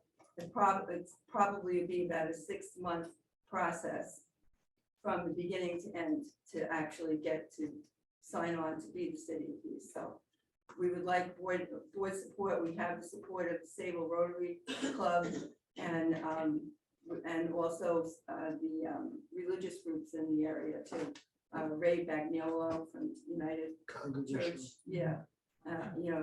He's very interested. He wants to serve on the committee. Good. So yeah, so we figure if we have a committee of 6 people, we don't want to make it too big, but if we have a committee of 6 people and we can share our thoughts and our suggestions back and forth, and that's why I think we thought that you would be be the perfect person to represent and you wouldn't have to represent the school board, of course, but it would be nice to have somebody from the school board to sit on that committee. I think our Rotary has not said they're doing it, but generally, nationally, the organization, unless you've spoken to some of this co-op, Rotaries, like they're generally like Pax Christi, which is like a Catholic group, as well as Rotaries nationally. They are the biggest supporters of cities of peace, along with a lot of veterans groups. Because I haven't spoken to anyone from Say Rotary, but I know Rotaries in general, like in Patchogue, they were key, them in the village. Yes. And the cultural arts, right? Okay, Drew Baldwin from Sayville's Rotary Club, he signed on. Oh, he did, actually. and I know that, that's great. He did, yeah, Plus, yes, so. So we have a committee. Thank you. Yes, there is a committee. Thank you. Thank you. So all you guys just sign up. Do you need any more information? No, we have to. All right, this is an example of what Patchogue did. Thank you. Thank you. Thank you very much. Really good, thank you. Thank you. So James, you're it. James, you're I'm it. in. Any other public comment? I will back you up if you need it. I'm sorry. Mike Minitello, Heron and District. Specific questions regarding the audit committee presentation that was made up here. And I say this as a 25-year New York State CPA, as an auditor of public and private companies, as someone who's been in the industry for 25 years, and as a compliance director for a $2.5 billion public accounting firm. So I think I have a little bit of knowledge on audit committees. I believe your presentation, you said, I'd like to clarify, the audit committee is composed of 7 board members, is that correct? It's 7 members, of which they are Board of Ed members, which is actually allowed by New York State. When the charter was developed, that was one of the items in there. So yes. it is specifically allowed that a audit committee can be comprised of 100% members of the committee it's supposed to recommend a report to.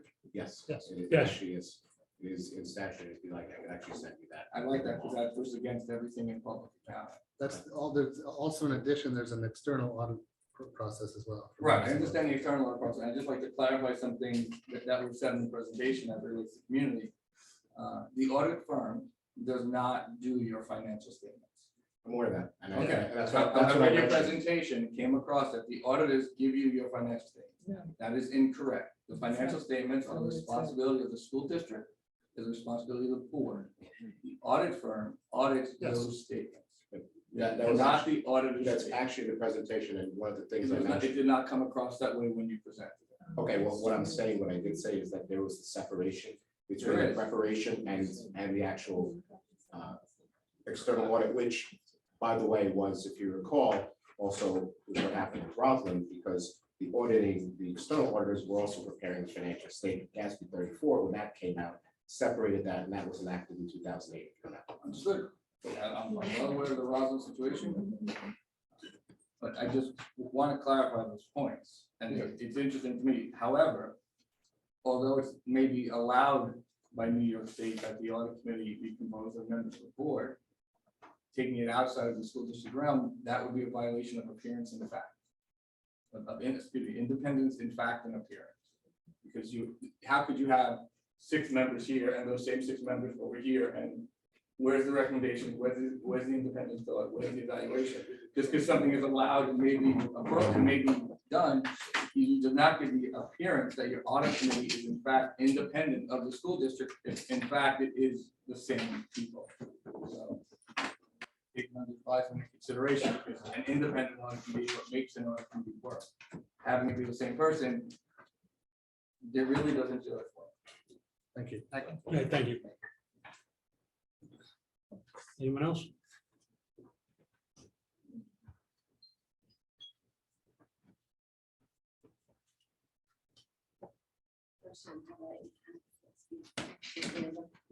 Pam Minishalo. I definitely have to say that I was not understanding that policy that you did discuss first. I kind of had a question, but I didn't have a question. So I guess I'm at a loss because I'm not following it. But my original question for tonight had to do with some new curriculum statements that are coming down from the state in regards to the Holocaust. So the teachings of it, the curriculum of it. But I have a feeling that that might fall under that controversial topic. So I'm confused as to where Sayville sits on the curriculum that we actually teach, the mandates from the state that they're recommending, or do ours need to be enhanced? Are they current? Are we ahead of the curve based on what we've already been teaching?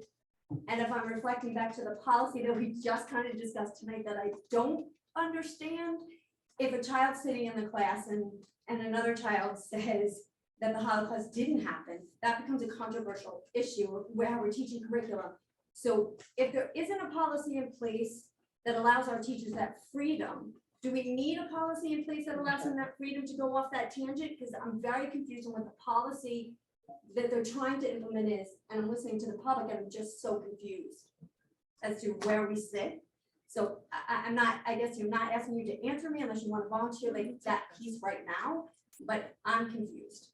I appreciate your question.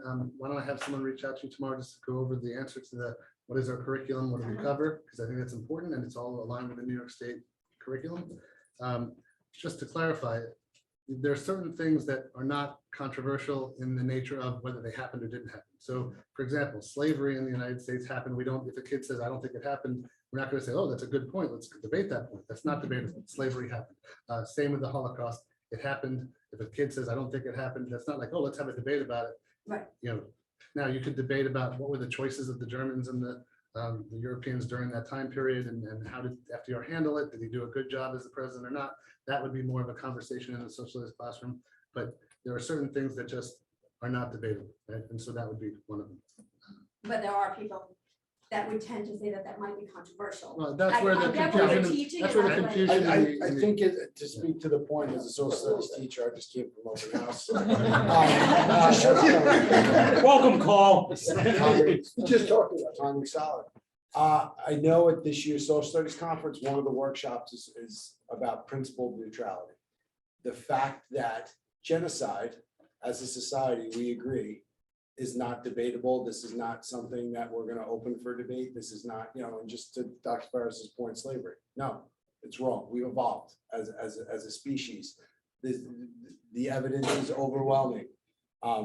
So again, like, But controversial doesn't there mean are it's certain- not debatable. It means a topic that they would be discussing. So I'm not saying that a teacher can't say that it's not debatable, but that's what I'm not following this policy that we're That's trying to why- put in yeah. versus what happens to that discussion? Or is a teacher gonna be shut down? Is a parent able to, without that policy, come in and say, we can't talk about that? Or do we not need a policy because the teacher has the freedom to discuss that in depth in a different way outside of the curriculum, but within the I curriculum? think you're answering the question, and I think just to kind of move us along and also answer your question respectfully. The very thing that we discussed was that the language is so ambiguous, and one person's obvious, not a controversy, could be somebody else's controversy, and therefore that's why we tabled the thing, because it's just not, it's too ambiguous. Okay. The other shift completely off of that is the driver's ed. So for those kids that were not allowed to do it in person, and we paid for half the course, and that $500 has always, I paid for 4 kids now. That kind of has been the price. It's gone up. We pay it personally, which doesn't make me happy, but I want my child to have driver's ed and go outside. For the kids who took it and were remote, for a cost, I understand.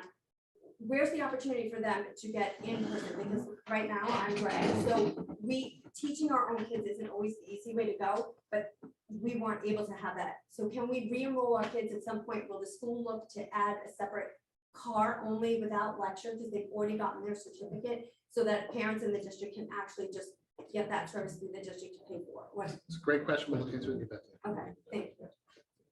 Thank you. Anybody else? Yes.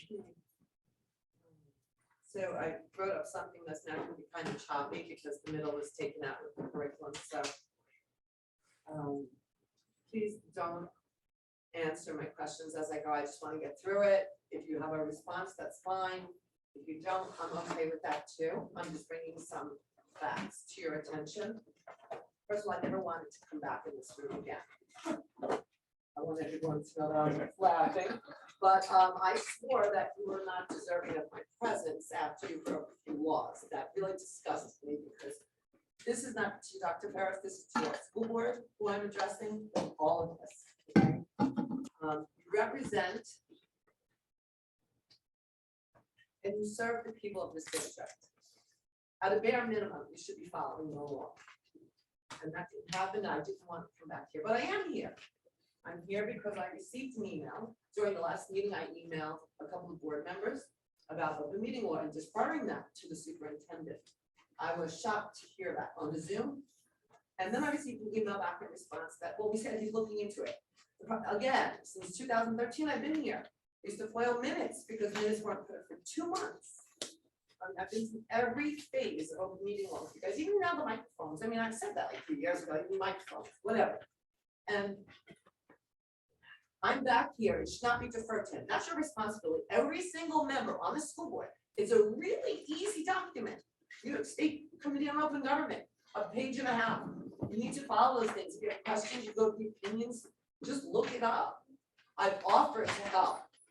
I don't have to help. I mean, you would think after 80 years probably combined experience on the board you will have. Open meeting law would be like something you would just do in your sleep. So please do not defer to your superintendent. I'm sure he has enough to do to come here in the district. That is your responsibility for the people you represent and to serve this community. So I was shocked, so I'm here to say that I can't believe I'm back here again. It's not a favor you're doing. It's not because it's inevitable. It is the law. And it's how all bodies of government, which you are supposed to operate. New York State puts up what they vote on ahead of time and all sorts of things. You need to do the same thing. And I noticed the last couple of meetings haven't, thank you very much, but there's much more open meeting law than just that. Additionally, it was brought to my attention, there was a book being integrated into the curriculum. It is factually incorrect. I have a copy of the back of the book and it's for the middle school. it says TSA detention. Anybody can look up TSA and see that they do not have the authority to detain anyone. These children should not be given a book. Also, random traffic stops, like the aides don't randomly stop people in the hallways more often with no cause whatsoever. I mean, police usually have What cause. book is this? This is the book, it's called Come On In. This is the back of the book I sent a photo of. I will pass it around to you. I'm gonna It's add, actually incorrect. No, she had 4 minutes, I'm gonna finish too. So we timed everybody. And open meeting law states, you give somebody 4 minutes, you gotta give me 4 minutes. Thank you. Want to pass that up so we can see it? And I'll give this all to Okay, you. great, thank you. There is a much better book to start our children off with immigration and migration and treatment of migrants in this country. It's called How the Other Half Lives by Jacob Rees. He was a photographer. I suggest the district look into that book to see how migrants were treated when they first came into the country many years ago, and the progress we have made, and how much better they are treated. Although we can do better, there are much better books. Okay, it's called again, How the Other Half Lives. Jacob Rees is a very famous photojournalist who brought the plight of migrants to the money people in Manhattan. There's a park named after him in the city. Please look into that. It should be a positive light.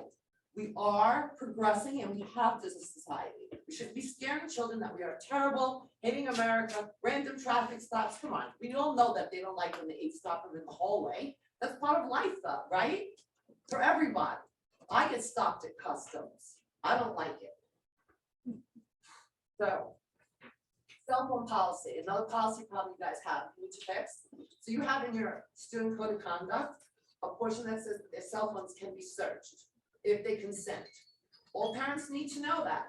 Children should not consent, or if they do they should have passwords on their cell phones. But you don't have cell phone policy or usage in your policy book. You have one that says search, but you don't tell the students, there's no district-wide cell phone policy. You might want to institute one.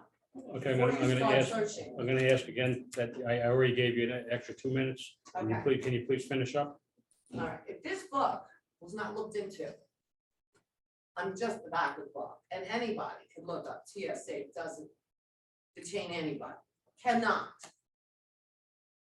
I have to wonder what other books you get. That's for the parents. My kids aren't in the district. I'm gonna hand this to you, but I suggest whoever's looking through the books, it should be facts. If we're teaching them, teach them facts. ICE will detain you if you do not, if you're expired visa or whatever it is, whatever they go through ICE, but not TSA. This is incorrect. And I would love to have a definition of random traffic stops that police do. Honestly, they stop people with a complaint. I appreciate it, but Okay, I will hand this to you and I'm gonna give you your policies. thank you. And one quick thing, your resolution to New York State School Boards Association and the state, it's not gonna make children safer. It is a certificate. I understand it, unless the wrong James. I'm gonna remind you that De-escalation. we went way beyond the. All right, this is de-escalation training. And This I'm is trying not to, gonna I'm stop trying to a bullet de-escalate from something right killing now. anybody. So Thank you. I'm Just bring us your asking you, information, bring us your please. information and we'll take it. Okay, Thank you very much. but please don't pass it off as something it's not. De-escalation training is not safety. We're gonna look at all of the things you brought up and we'll discuss it. Thank you. Anyone else? Really quickly, she brought up a point about books, and there are a lot of books that are floating around in school libraries and in the town libraries that are incredibly inappropriate for the age levels that they're being presented to. So I do have a list of books I will be sending to the librarians for all of the schools to make sure that none of those books are there.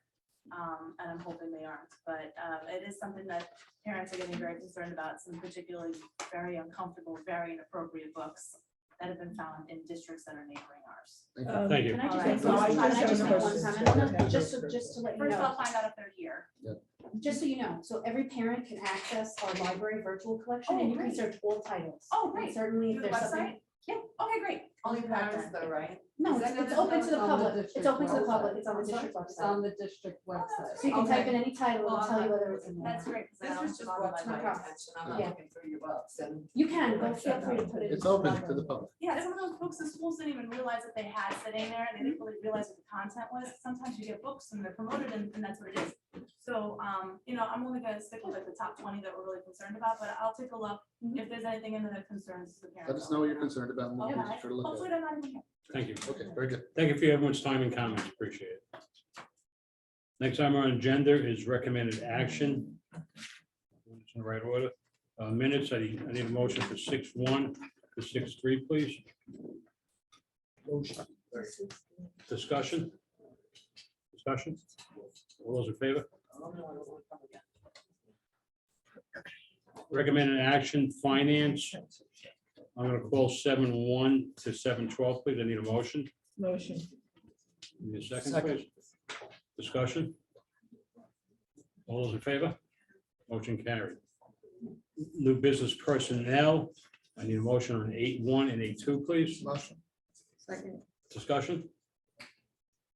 Okay, new business other. I am gonna call 9-1 separately. John, we have to vote for You're that. gonna vote on 8-1, 8-2. 8-1, 8-2. Oh, I'm sorry, sorry. I had a first and a second, right? All those in favor? I'm sorry, thank you. Okay, need a new business other. I'm gonna call 9-1 separately. And I motion to table policy number 4810. Need a motion to table 4810. Second. Motion. Motion, got a first and a second, all those in favor? Okay, that's pulled off that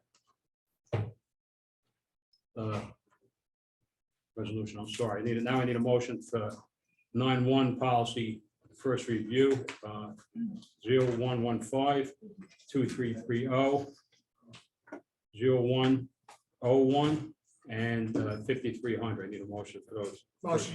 Second. Discussion? All those in favor? Okay. So 4810 was pulled out of that, tabled. I need a motion 9-2. Motion.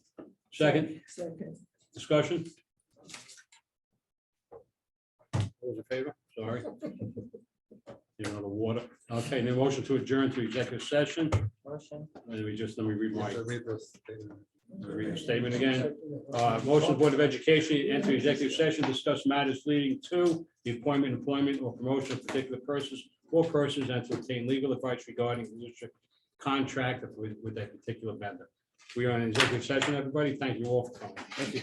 Okay, good night.